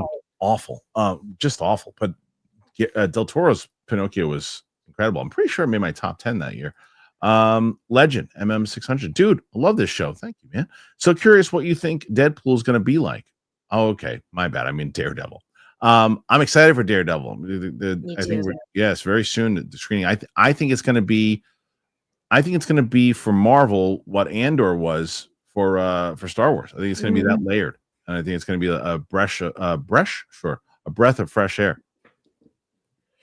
I'm really excited for Daredevil, and I've been reading too that some of these, like the Jessica Jones might come back and so on and so. Meaning, like in this, Yeah. they're considering all of this and with the new characters and series, and so I'm really on board with that. Mike Joyce, support for Clark. Thanks, Mike. Support for Rufus, even better. Perfect. Best boy. How's Rufus doing? He's okay. He's old, Yeah. little old man. He's 15. Wow. Holy moly. So he's just moving a little slower and but Oh, he's hanging in there. Old horse. I love it. I love it. Alex Rellis, with the decline in Star Wars, what's going on what's going on franchise? What's an ongoing franchise you can think of that continues to knock it out of the park? Also, Great Clarke question. Wolfe is awesome. Thank you. An ongoing franchise. I like Game of Thrones and what they're doing with Game of Thrones right now. I know that people will disagree because they didn't like the last season of Game of Thrones but I like what they have then picked up with House of the Dragon. But it's hard. Everybody has their ups and downs, right? What's a franchise that's been crushing? I'm trying to now of course I'm going blank on what franchises exist and what they are. What are some franchises? John Wick, yes, that's a good one for sure. John Wick's a good one. Yeah. I'm about to start a rewatch of the Mission Impossible movies. Oh, I have a good one. I have a lot of holes in I haven't seen the third one, which I know, speaking of, I know a lot of people love the third one with Philip Seymour Hoffman. Yeah. And You've never seen the third one? I haven't, no. Oh, I think the third one is responsible for basically reinventing the entire franchise. Yeah, that's what I've heard. What I've heard. And didn't Bob Orci write on that one as well? Yeah, I assume so, because JJ directed it. Yeah. Yeah. So you'll enjoy that one. It's a good one. Andreas IB, I love Clark. Clark, what's your favorite horror movie? I don't have one. I have like 7. What's the first one that comes to mind? If I'm like, okay, the first movie when you hear that just pops into your head, whether it's your favorite or not, it's the first one you think of. I think The Exorcist is probably a safe bet. It's just a masterpiece. I think it's a masterclass in filmmaking in general. But I also love Wes Craven's Scream, and I'm a big fan of James Wan's first Conjuring movie. I think that's such a banger. Just he does so much, so innovative. People were shy. It was like my first horror movie I ever gave 5 out of 5 schmoes to. It's a great movie. Great. John Ashford. Clark, any more soccer mom van commercials with unruly kids? When's that? What's that? Hilarious. Well, I'm in a Chrysler commercial. Have I seen that before? Yeah, well, it's me with 4 children. I play a mom with 4 kids. Yeah. And I drive a Chrysler Pacifica. Listen, John, I would love to do a sequel to that commercial. I would love a job. I would love a job. I need that. I need to find that commercial. I'll send it to you. It's not hard to find. Okay. It's called Boy Mom. That was the name of the spot. Boy Mom? Boy Mom. Yeah. Oh, Chrysler. Let's see if I can find it. Oh, you can. It's on their YouTube. But yeah, that was a fun. Coming up on I see it. 1 year ago that I shot that, and it was really fun. And those kids were adorable. They were really funny. I don't have kids, so I like kids. I find them funny. Is it? Yep, that's it. That was it. Where'd it go? Come on, don't tease me. No, not that one. Not 2021. You just had it, and it took it away from you. Right? That's not me. It's electricity. No, not that one. Not right? 2021. Wait, what is happening? Constant. This needs to stop. I'll find it. There it is. I got it. Okay, you can see it. Yeah. Okay, there it is. All right, perfect. Let me bring that up. I want to see this now. Oh Lord. All right, here we go. Pacifica is the most awarded minivan There she 7 is. years in a row. And it's all thanks to parents like you, mother of 4 What? boys I've never under seen 10. this. You do all you can to keep these wildebeest safe, especially this one. And that's why There you here, go. Chrysler getting a free shout out today. we do all we can. The Chrysler Pacifica plug-in Amazing. hybrid, the most awarded minivan Uh-oh. with the most standard safety features in its Such a class. Clark move. I love that. Oh, it's amazing. That was great. This is very cute. When was that? When did you shoot that? Last year, actually 1 year ago coming up, like That was last amazing. March, we shot it. And then it started airing in April. Oh, wow. No, I haven't seen it. Were those kids easy to work with? They were really funny. I liked them a lot. They were a handful, but they were really funny. And I find them amusing because I don't have children. So Right. I just think they're funny. I love it. That was great. Thanks for Thank bringing you. that up, guys. Cronin 9101. Do you think the future of non-event movies at the theater is through horror? Horror films seem to be the only genre that profits from in-theater releases. Yes, because of the formula and how they do it, and because of budget. Remember, Budget. It's a budget because they budget small. And anytime you hear, oh, it made so much money, this horror film, check the budget every time you hear that, and then check how much. Because I used Black Adam as an example, right? Everyone goes, oh, Black Adam either lost money or barely broke even, but probably lost some money. Movie made over $500 or $550 million, something, maybe close to $500 million, something like that. And even if I'm wrong and it made 440, someone correct me and tell me. Again, over $450 million, but it cost a ridiculous amount of money because of the Rock stuff and everything else too. And they overspent on it, completely ridiculous. And so when you hear that number, you're like, oh, that's a huge number. It's like, no, it's a loss, as opposed to there's some horror movies that make 200 million and it's a big win. So, listen, I've said it for years. Jason Blum cracked the code. Yep. And it honestly wasn't a mystery how he did it. I mean, that's the thing. Jason of course, he doesn't like losing money, but if you make 4 $2 million movies and one of them is The Purge and one of them's Insidious, which is, like in 2013, there were 4 Blumhouse movies that came out. Rob Zombie's Lords of Salem, Dark Skies, an Alien movie, Insidious Chapter 2, and The Purge. So like we're talking about hundreds of millions of dollars, but Rob Zombie's Lords of Salem, which I love, and Dark Skies, which is interesting and weird, did not succeed at the box office. But he wasn't like, oh, well, I'll never make another. It's like, no, because these two cost $2 million and didn't work, and these two cost $2 million and each made $100 million. Right. Yeah, the math. The math is easy. I don't get it. Andrew Oakes becoming a YouTube member. Thank you, Andrew. Stephanie Litz. Hey, Clark. Should Oscars nominate up to 10 directors? Yes. Ooh, that's a great question, Stephanie. I'm not opposed to that at all. I think that's actually a great idea because then you can be a little bit more inclusive, and of inclusive of people, inclusive of types of movies. Yeah, exactly. Like Christopher Nolan can get nominated for the Batman movies because he should have. You know what I'm saying? Like James Bond. Nominate 10 movies, you nominate 10 directors. If you're going to nominate 10 movies, you nominate 10 actors. 10 actresses, 10 directors of photography. It should be 10 around the board, not just 10 for one category. It should be 10 around the board. And I don't know if we need 10. I'm telling you, because then you give people more of an opportunity and you make it tougher on the voters, and it'll split the votes a lot more. And then you'll get a lot more people going, okay, wait a minute, I got to vote for this. And it won't be just as condensed. Make it more people, more great, because then you less of these snubs and stuff too. Nathan Stowe, if you could be in a slasher series, which one? Probably Nightmare on Elm Street. I want to hear the jokes. That's funny. Nightmare is a good one. I would like to. I guess if I will like Clark as an actor, would any of Wes Craven's work? Big Gill Studios, as a fellow indie, what advice would you give to me who is now starting to get traction but is not yet there, especially if their genre is superhero? I mean, as far as indie, as far as YouTuber, filmmaker, maybe. Well, if you're a filmmaker, I would just say try to keep going. especially if you're starting to get traction.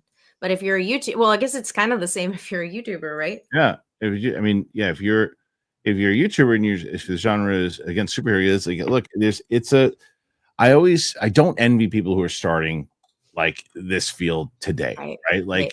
Because you got to remember, like when Mark and I started doing this back eons ago, Chris Stuckman and Jeremy Johns weren't even doing movie reviews when we started. That shows you how long ago we started. Right.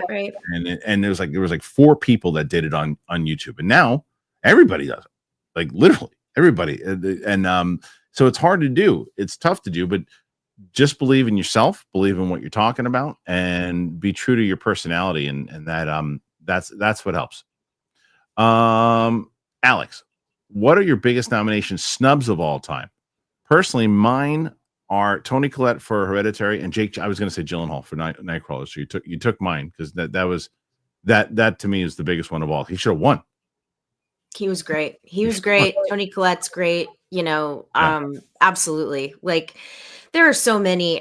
For me, well, Christian Bale in American Psycho is always my one of my first go-tos. Oh, okay, that's a good one too. Wasn't even nominated. It's an incredible performance, and the fact that he did it at like 26 years old is just remarkable. I mean, if we're just talking snubs, I'd put Denis up there for this year for Dune 2. Sure.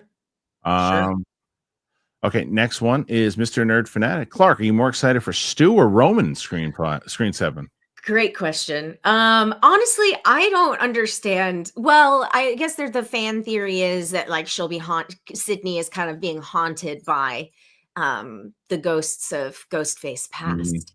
I tell you what, with Scream 5, I for sure thought that the killer, I won't say in case you haven't seen it, but the killer who is upstairs at Stu Macher's house, I could have sworn to you that Matthew Lillard was going to walk out that door and have been pulling those strings. I just thought it was like right there.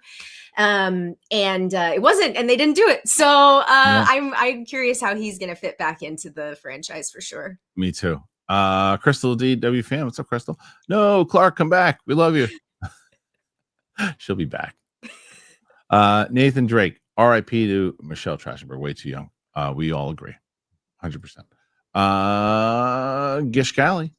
The miracle of Kathleen Kennedy is that she's barely involved with all the great movies she produced, but wholly responsible for her flops. I mean, yes, that is, and that's the same thing, not just with her, right? That's like, I like every time I can't stand when you see things like, oh, well, Disney's responsible for that bad movie that Star Wars just did or Marvel just did. It's all Disney's fault. But you never hear, man, thank God for Disney that did Endgame. you never hear that. You never hear like, oh man, Disney's the best. They did Infinity War and they crushed with this one. You don't ever give them props like all the Planet. Oh man, I love those Apes movies. Thank God for Disney picking up Fox. You never hear that, and you never will, and you shouldn't. But you should. But also, you got to also look at. You can't blame them. Depending on, sometimes you can. Sometimes you can, depending on the situation. Like we were talking about, there's sometimes when, if you look at a scenario where there's a lot of meddling going on and there's things that are happening that a creator can't do their thing because of studio interference or other stuff. Sure. But there's other times when it's like, no, it's just, the movie just didn't work out. It's not one person's fault. It's a collective. And Yishgali knows, and I always love his insight when he's on my channel as well. He works in the industry for sure. But like, I agree. I mean, that is the thing that I think we as fans kind of need to understand is like all movies and all art is made by committee. Mm-hmm. It is. And it's the same with directors too. Like, oh, wow, this director is solely responsible for this entire movie. And it's like, that's kind of true, but also not. And, so it's just, this is a collaboration. I think if there's one thing that I wish fans knew is that making movies and TV is a collaboration. Yes. The flip side to that, what I will say is that when you are the head of any company, or again, going back to my analogy of sports, the manager of a team, you're going to be judged on your wins. You're going to be judged on your losses. Right. Sure. And so if you have a whole bunch of wins, you could a lot of times, and I don't disagree with Kishkali that the wins, even though she had the wins, people are more treating her like Phil Jackson. Well, of course she won. She had Michael Jordan, Pippen. How could she not win? She still won. She Mhm. she made billions of dollars for the company. I don't like those movies either. A lot of them. I didn't mind Force Awakens, but I don't like the new trilogy. I don't like the movies. I like Rogue One, but still, they made, as far as business. I'm Bob Iger. Yes, diminishing returns, no doubt. They still made over $1 billion. All of them, and so that's still a win for Disney overall. And you guys know my stance on it already. I don't think she's the right person for the job, but she already took some wins in there. And if you're Bob Iger, I understand. Well, she made me money. I'm going to stick around. I'll let her stick around for a little bit and see if she can make me more money on the next film. Brian McGovern, was all the above an option for the Star Wars question? Yeah, it should be. It was kind of a soup. I think all of it. It's just a question as far as like what you would rank the highest, I guess. Mike Joyce, what's your favorite Best Picture winner? Oh man. I know mine recently. Because like Mary Poppins won Best Picture, I think, and I love Mary Poppins. But but recently, The Shape of Water. That was one where I was just like, wow, this movie is winning, and it is weird and genre and a love story. It's just like I was just like, wow, over the moon that won. Favorite. I mean, I got a lot of ones that I was glad that won back in the day because those kind of movies don't win anymore. But I would say we'll Return to the King. I don't see that winning ever again. Braveheart, I love that movie when it came out, when it won. There's other movies that I think that are out there. Yeah, the last couple. What one recently that I was like, it's nothing that I think Saving Private Ryan should have won. I love Shakespeare in Love, but Saving Private Ryan should have won that year. It should have won. Yeah, so I don't know. Okay, Fascia Bruta. You cover the UAPs. Can you cover the new JFK files? I'll definitely probably talk about them on this show, to be honest, not on my separate channel, but like curious of what they find. If they find anything in general, like if it actually does, if anything of merit comes in, if it's just like, hey, we looked around and there's some evidence that was shredded, so yeah, we're just gonna say that Lee Harvey Oswald did it. Let's wrap it up. Then it's like, there's nothing really to cover. But if it's something kind of crazy, like I disagree with people who say that, Roka and I got in this debate on Monday, like, well, it was in the past, let it go. It's like, yeah, but if there are certain things that happened in the government that were hidden, and because they were hidden, people got away with it, and then we found that this happened because this happened, and this happened, and there was this corruption happened because they got away with this stuff, and that can be exposed. Well, yeah, I think the problem is too, though, if you get an answer, we've gotten to a place now where if you get an answer you don't like, you're Right. just going to keep digging. Right, that's true. And that's the that's the thing is they can release it all they want, but I don't know. Yeah, let's see first of all what it is before anything else. Nerds Engaged became a member for 4 months. Thank you, Nerds Engaged. Favorite time for stand-up? Favorite SNL cast? Do you mean favorite time for me when I was doing stand-up, or you mean favorite time during what era? Because I would say, as far as watching, for me, it was late 80s, like early 90s, because that's when all my inspirations were out there, whether it was George Carlin, Richard Pryor, Bill Hicks, like that, Robin Williams, like that's my favorite era because that's what inspired me. My favorite SNL cast is the original, and then followed by, I like the Will Ferrell era also, and because Phil Hartman was still around at that side, of Adam Sandler, Farley, all those guys too. So what about you, Clark? For SNL, I like the later side of the Will Ferrell era where we're getting into crossing over with Tina Fey and crossing over into Forte and like all of that. I think that stuff is just incredible. And in terms of stand up, I think it depends sometimes on like your age and where you're at in your life. But in the 90s and in the early aughts, we had a real channel called Comedy Central. I know the channel still exists, but it's not the same. Yeah. And the specials that they cultivated were, I thought they were just really incredible. And so yeah, I like that era for sure. It's funny because you're younger than I am, but like I was, when I was growing up, the Comedy Central was the era you're talking about, but before that, HBO had a program called One Night Stand, which was they used to rerun One Night Stand on Comedy Central. Yeah. Yep. Simon Section, Miss Wolf, regarding the David Lynch versus Terrence Malick, is watching a Terrence Malick movie like literally watching grass grow, beautiful shot, then to cut someone crying? My favorite David Lynch movie is Wild at Heart.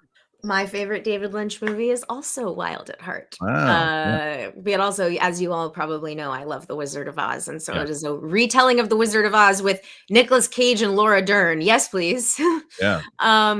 And as far as Malick goes, I'm not a big Terrence Malick fan. So So you know, so you can kind of relate to what he was saying. I can definitely relate to that. Phoenix Roy, I never hear anyone talk about Dolby. What are your thoughts on Dolby versus IMAX? I like Dolby also. I mean, Sure.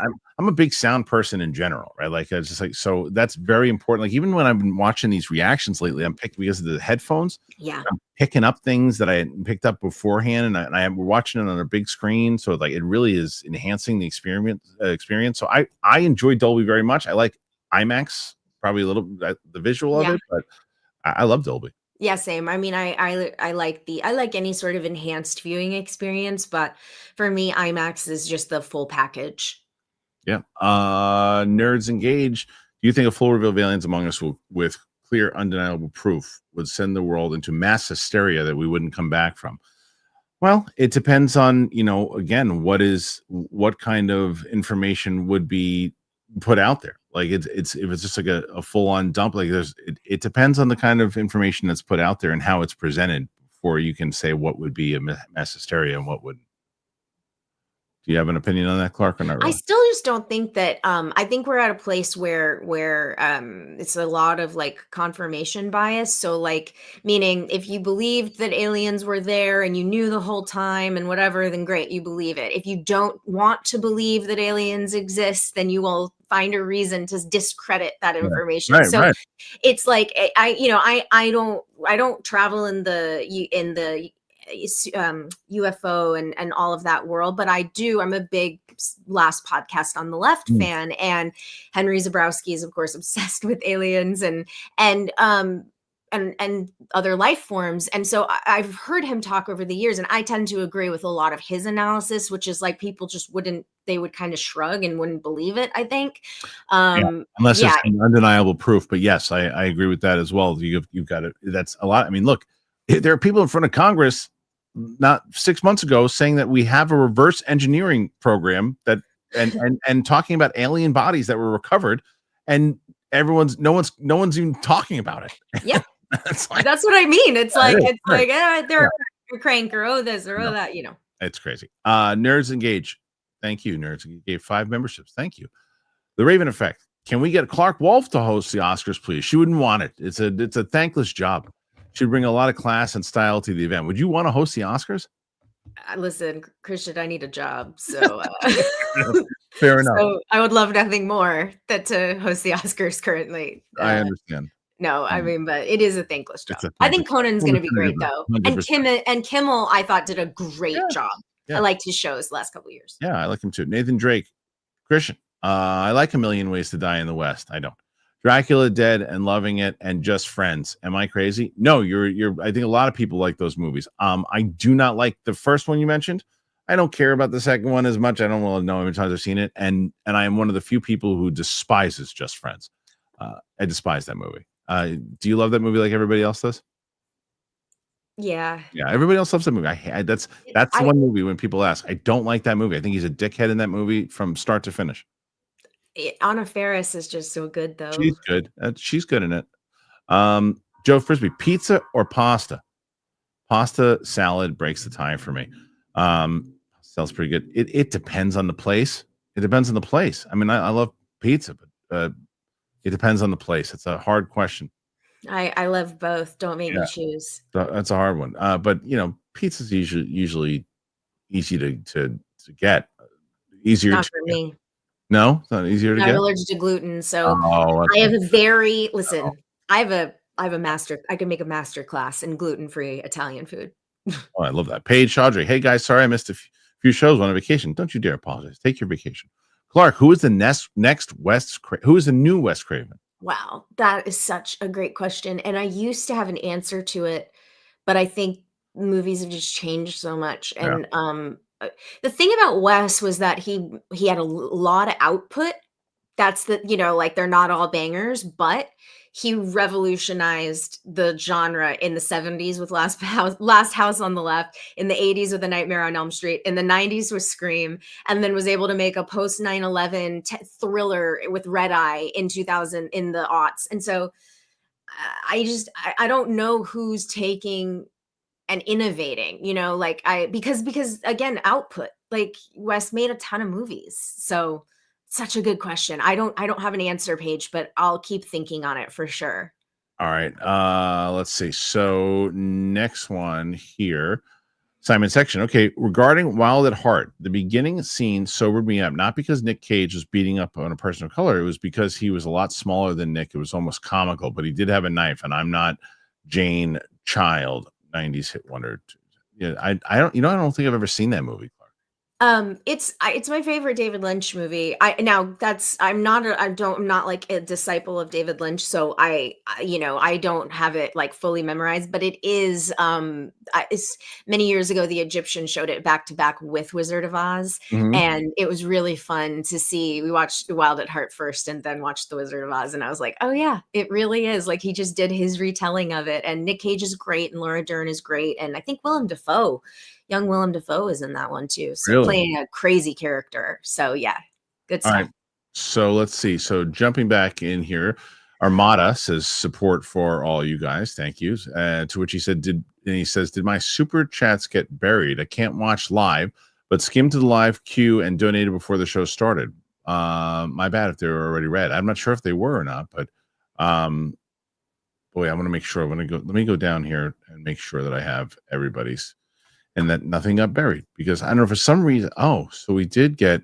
I don't know why they didn't do that because there was a bunch of Crystal put in also, and there was support that Crystal put in there, but for some reason, I don't know why it's been super just been or Streamlabs or StreamYard has been really bizarre lately. It's been people keep writing the Kristian miss. I didn't miss anything. I missed absolutely nothing from StreamYard, but because it's showing me nothing.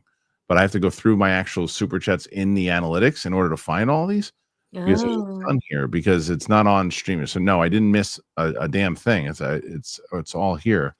I can't find it now. Oh wait, now oh my god.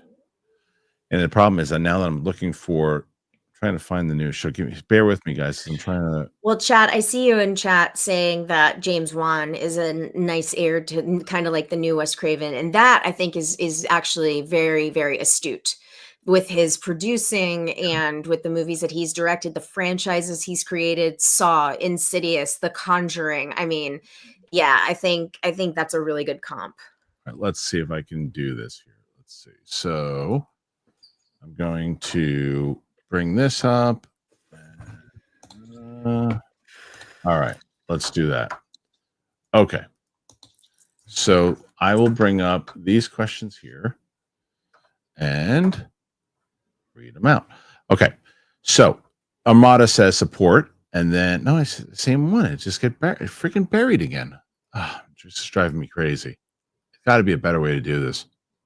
It's got to be a better way to do this. Let's bring it down. Just give me a second, guys, as I try to find this because it's just no.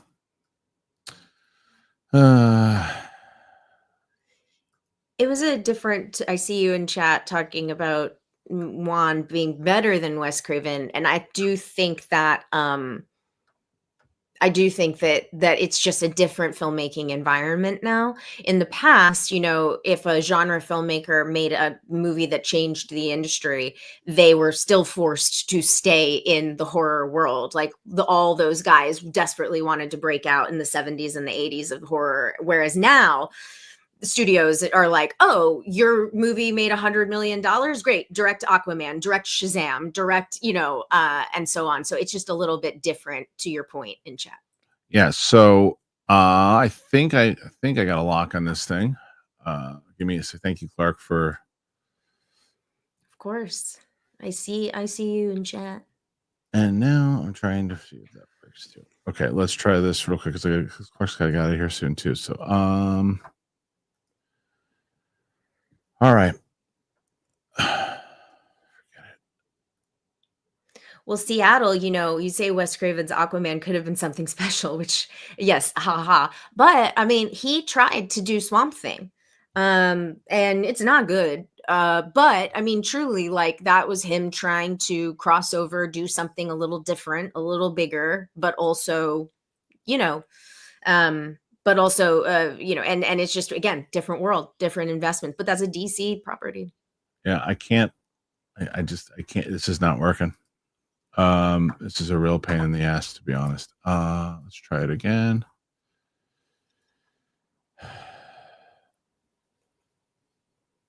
All right, let's see. I can't even get it working. I'll just have to do it this way, and we'll do it this way. Okay, so again, we did the support for all you guys. Bring this down here, and we're right at that's 2020. That's first one. Where is it? 26, 25. So now this is what the show is going to be because StreamYard sucks. All right.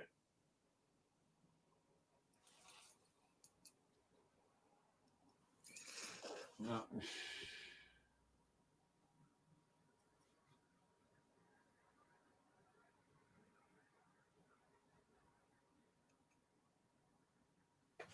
All right, we'll start with Armada, who says Heretic coming to Max on March 7th. Film reaction. I've never seen that movie, Clark. It's fun. I like it a lot. Fun? I've never heard anybody saying it was fun. I heard it's kind of wicked, like remember how it was nominated for best comedy, or Hugh Grant was nominated for best actor. No. And you're Heretic. Never, I'm thinking Hereditary. Oh no, Hereditary is not fun. All right, that's what I was saying. Okay. No. Okay. All right, that makes a lot more sense. All right. And then we see also what the hell is Puck News? Why did it say support for Roxy? That's an old one. Okay, never mind. Also, who the hell is Puck News? Puck News came out of nowhere. Yeah, a lot of stuff. Yeah. GoPal in a meeting all day. Here's some support. Thank you. Nathan Drake. Kristian, what about Leslie Headland taking over? Stop that.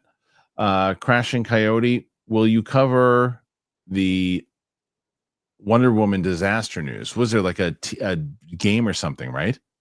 Oh, I haven't even seen it. A game that got canceled or something. I don't know enough about it to cover it. But Abel John, Sentry creator Paul Jenkins has revealed that he's currently under a contract with Marvel Studios to write a Sentry film. It will only happen if and when the studio decides to make it, if Marvel uses him well, like in the comics. Well, that isn't, and I think the Sentry's in the Thunderbolts, so I'm not sure if that's going to work. Met Bull, Kathleen Kennedy will tell us when she's good and ready. Yeah, I guess so. Ewok, thoughts on the Havoc trailer from the director of the Raid film starring Tom Hardy, Timothy Olyphant, and Forrest Whitaker. Looks super intense. Did you see that trailer? No, I haven't seen that trailer yet. What is it? No, I'm gonna check that out. I love that cast and I love that director, so that would be great to see for sure. That's great. Okay. Daynapper, Brett will be on next week is a better bit than we ran out of time for Matt Damon on Jimmy Kimmel. Who's supposed to be on this week, but he told me yesterday he had his schedule thing, so I thought I was gonna surprise Clark. Okay, and then Matt finished. Then we got all these. Okay, so now we're caught up, but I don't know why it does that. It's so stupid. I don't. It's like some reasons, and I think maybe because I think that I had Luke help me with the StreamYard before, and he went to refresh it, so it might have lost some of it. I don't know. I don't know how it works. It's a really. Do you use this program too? Well, I haven't qualified yet with my hours, okay. And so I'm close, but yeah, so I haven't quite gotten there yet. Okay. Patty Boy, can Clark please repost Sending the Wolf eps? They're the best. I'd sign up for Patreon just for that. Also, can we give Lisa Frankenstein more love? Is that any good, Lisa Frankenstein? Lisa Frankenstein's a really fun, like, gateway teen horror movie. I think for me, the reason I sort of bumped up against it is because I could see that was clearly an R-rated Diablo Cody script that got turned into a PG-13 movie. So I would have loved to have seen what the real, like, again, I don't want to be a conspiracy theorist, but like I could feel it being pulled in a couple of directions. That said, with Sending the Wolf episodes, I am considering re-releasing them. I'm also trying to like reboot and figure, that's what my live stream is Sending the Wolf in a new form, and I'm toying with how we do it. So like, I've been doing my interviews live, but I think maybe I might move to a pre-recorded, podcast method and then do a live stream on Patreon. I'm just not entirely sure yet, but the answer is I am considering reposting the Sending the Wolf episodes. I just need to listen to them again because I haven't heard them in 5 years. Yes, that's and go. Yeah, I think I did one of those. So what did we do? Do you remember? Did we do Rocky? I don't know if we did Rocky. I don't think we did. Maybe you're right. I mean, Ellis. I remember Ellis. Jones? Did we do Indiana Jones? Raiders, maybe. Maybe we did Raiders. Maybe that's what it was. Mogera, where does an editor send samples to get a gig? I mean, I think it just depends on the kind of gig you're looking for. I don't have an answer for that. Do you, Clark? No, I think it's oftentimes though, if you can go through referrals or job postings and things like that, that's the way to go. Yeah. Okay. Thank you. Yeah, I figured that. Thank you guys for sticking with me. I don't know why StreamYards does that. It's really stupid. Harrison Martin, what if Kathleen Kennedy is replacing Bob Iger? Nah, they said she's probably going to retire, so that wouldn't happen. Sean McCabe, great time last night watching the Spider-Man reaction. Found a moment of inspiration. I'm going to take my daughter on Saturday to Forest Hills. Going to watch Cap 4, get ice cream, and buy some comics. Metro Ave is awesome. That's great. I've never been. So enjoy Cap 4. I just talked to my buddy today, who said, "What do you think of it?" I said, "It was fine," and he was just a casual fan. He's like, "Yeah, it was fine. I enjoyed it." So enjoy it, man. Have a good time with your with your daughter, and let me know what you think. Brett Flint, speaking of Daredevil, how do you feel about the character of the swordsman from Hawkeye appearing in Daredevil now? As goofy as he was, will he fit in the show, or do you think he'll be more serious? Well, the benefit for me is I don't remember the swordsman. I didn't watch Hawkeye, so I saw Hawkeye, but I saw it so long ago I don't remember. Yeah, I wonder, but they're gonna look.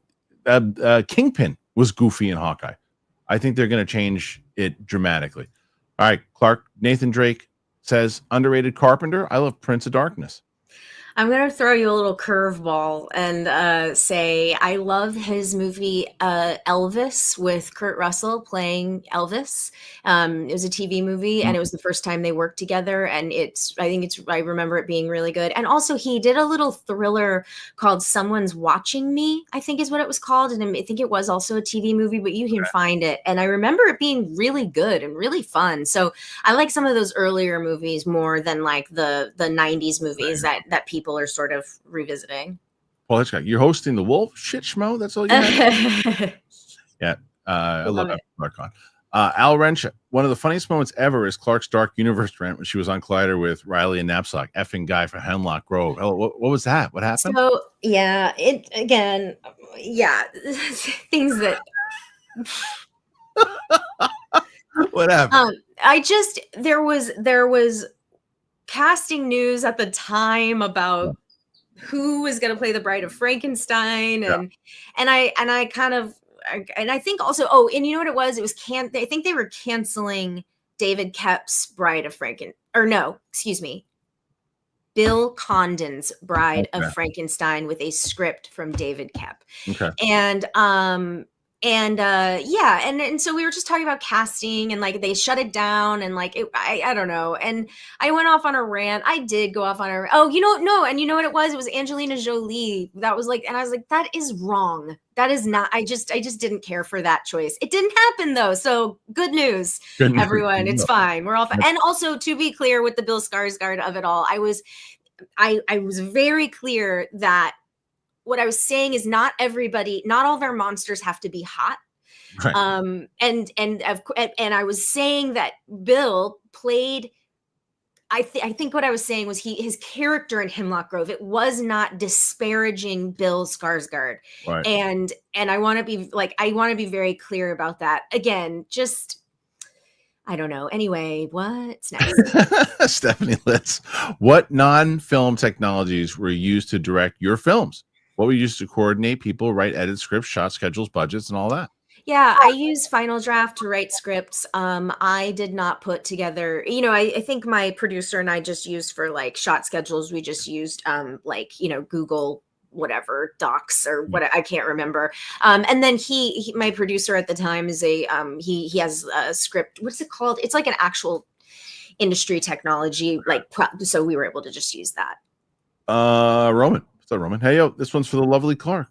Biggest Oscar snub for me are probably Hugh Jackman for Prisoners and Logan. That's a good one too. And of course, anything Denis. Yeah, anytime he gets snubbed all the time. Path 090. Thank you, Roman, by the way. I was trying to give benefits on the doubt that 71 is a good age to retire and finally relax. Critics be damned and not needing to stay on for the Mandalorian movie to launch. I guess I was too naive. Well, we don't know yet. We got to let it see what happens if she announces it at Celebration, that before people can say, because I think it makes sense for it. If I was going to retire, I'd say, you know what? I'm going to let Favreau put a summer movie out, make another $1 billion, and then I'm going to retire because I go out on a win. Roman, this one's for Kristian. And yes, the English are seeing me as I do this. Favorite Best Picture winner is Return of the King, followed by Unforgiven. Also good ones. Okay, so we're almost at the end here. Guys, thank you for everybody for sticking with us. And thank you for Clarke for taking the reins while I was looking for those questions. I appreciate that. Yeah. And Armada says, did my super chat get buried? I think you got it now. Can't watch, but live a skim to the Q&As. Donated before the show started. My bad if they were already read. Yeah, I went back and read them, Armada. Support, thank you so much. Okay, we're winding down. And Clarke, we are currently at 68. Pretty damn good. Brian McGovern, my favorite Lynch movie is The Straight Story. So hard to find that to watch in Australia. I don't think I've ever seen that. Have you, Clarke? I have not seen that one, actually. I know the answer to this is no, but I'll let Clarke answer it. Is Clarke Canadian? I thought I heard her say a boot, or am I hearing things? You're hearing things. I'm from Atlanta. That I knew. Dancing Dog 60. Wes Craven did dodge a bullet, though. He was in the running to direct Superman 4. Was he really? Yes, he was. Because Deadly Friend tanked, Christmas Reeve didn't hire Wes. Really? Yeah, that's true. And because, Wes also, he wanted, like I said, he really historically wanted to break out of horror. He wanted to do different things. And he was a college professor before he was a filmmaker. He was very intellectual. And Christopher Reeve really wanted to make an anti-war Superman movie. And that's what Superman 4 was supposed to be. And so it was the legacy of Superman 4 is really interesting. I actually don't think it's the worst of the 4 Reeve movies, but it's my hot take. Your buddy Gish Golly. Clarke's revising history. She said Skarsgård fell out of the algae tree and had every branch on the way down. That's right. That's right. Well, that's it. We did it, Clarke. We made it.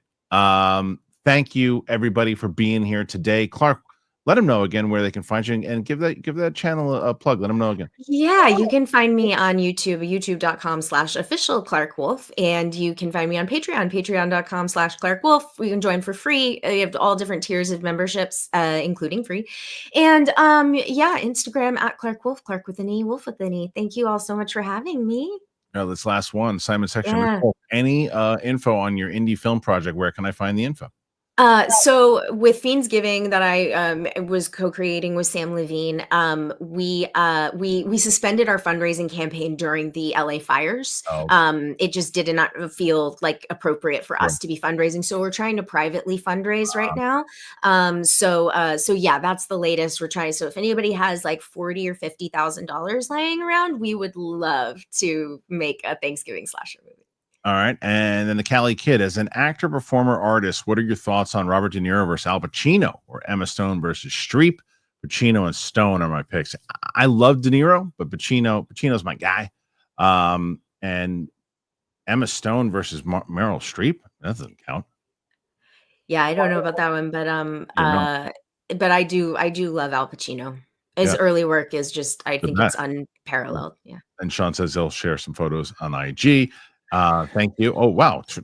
Man, Tetrona, thank you so much. Oscar predictions. Again, if I'm going to go to the big ones, Best Picture, I think The Brutalist will get it, although I won't be surprised if Anora gets it. I think Adrian Brody will win Best Actor. Kieran Culkin will get Supporting. Demi Moore will get Best Actress. Supporting will go to Zoe Saldana. What am I missing? And Director. Sean Baker is my guess. Baker. I think you're right. I think it'll be Sean Baker. So do you agree with those picks? I do, actually. Those are mine as well. Okay. So there you go. that's it, guys. Thank you for the generosity. Thank you for Miss Clarke Wolfe. Thank you to all of you guys for being here. Apple Podcasts, Spotify, anywhere podcasts are found. Thank you so much for being here. We're going to have another few reactions. We got our Daredevil reactions coming out soon. So that and more for the great Clarke Wolfe. I'm me. You're you. See you later.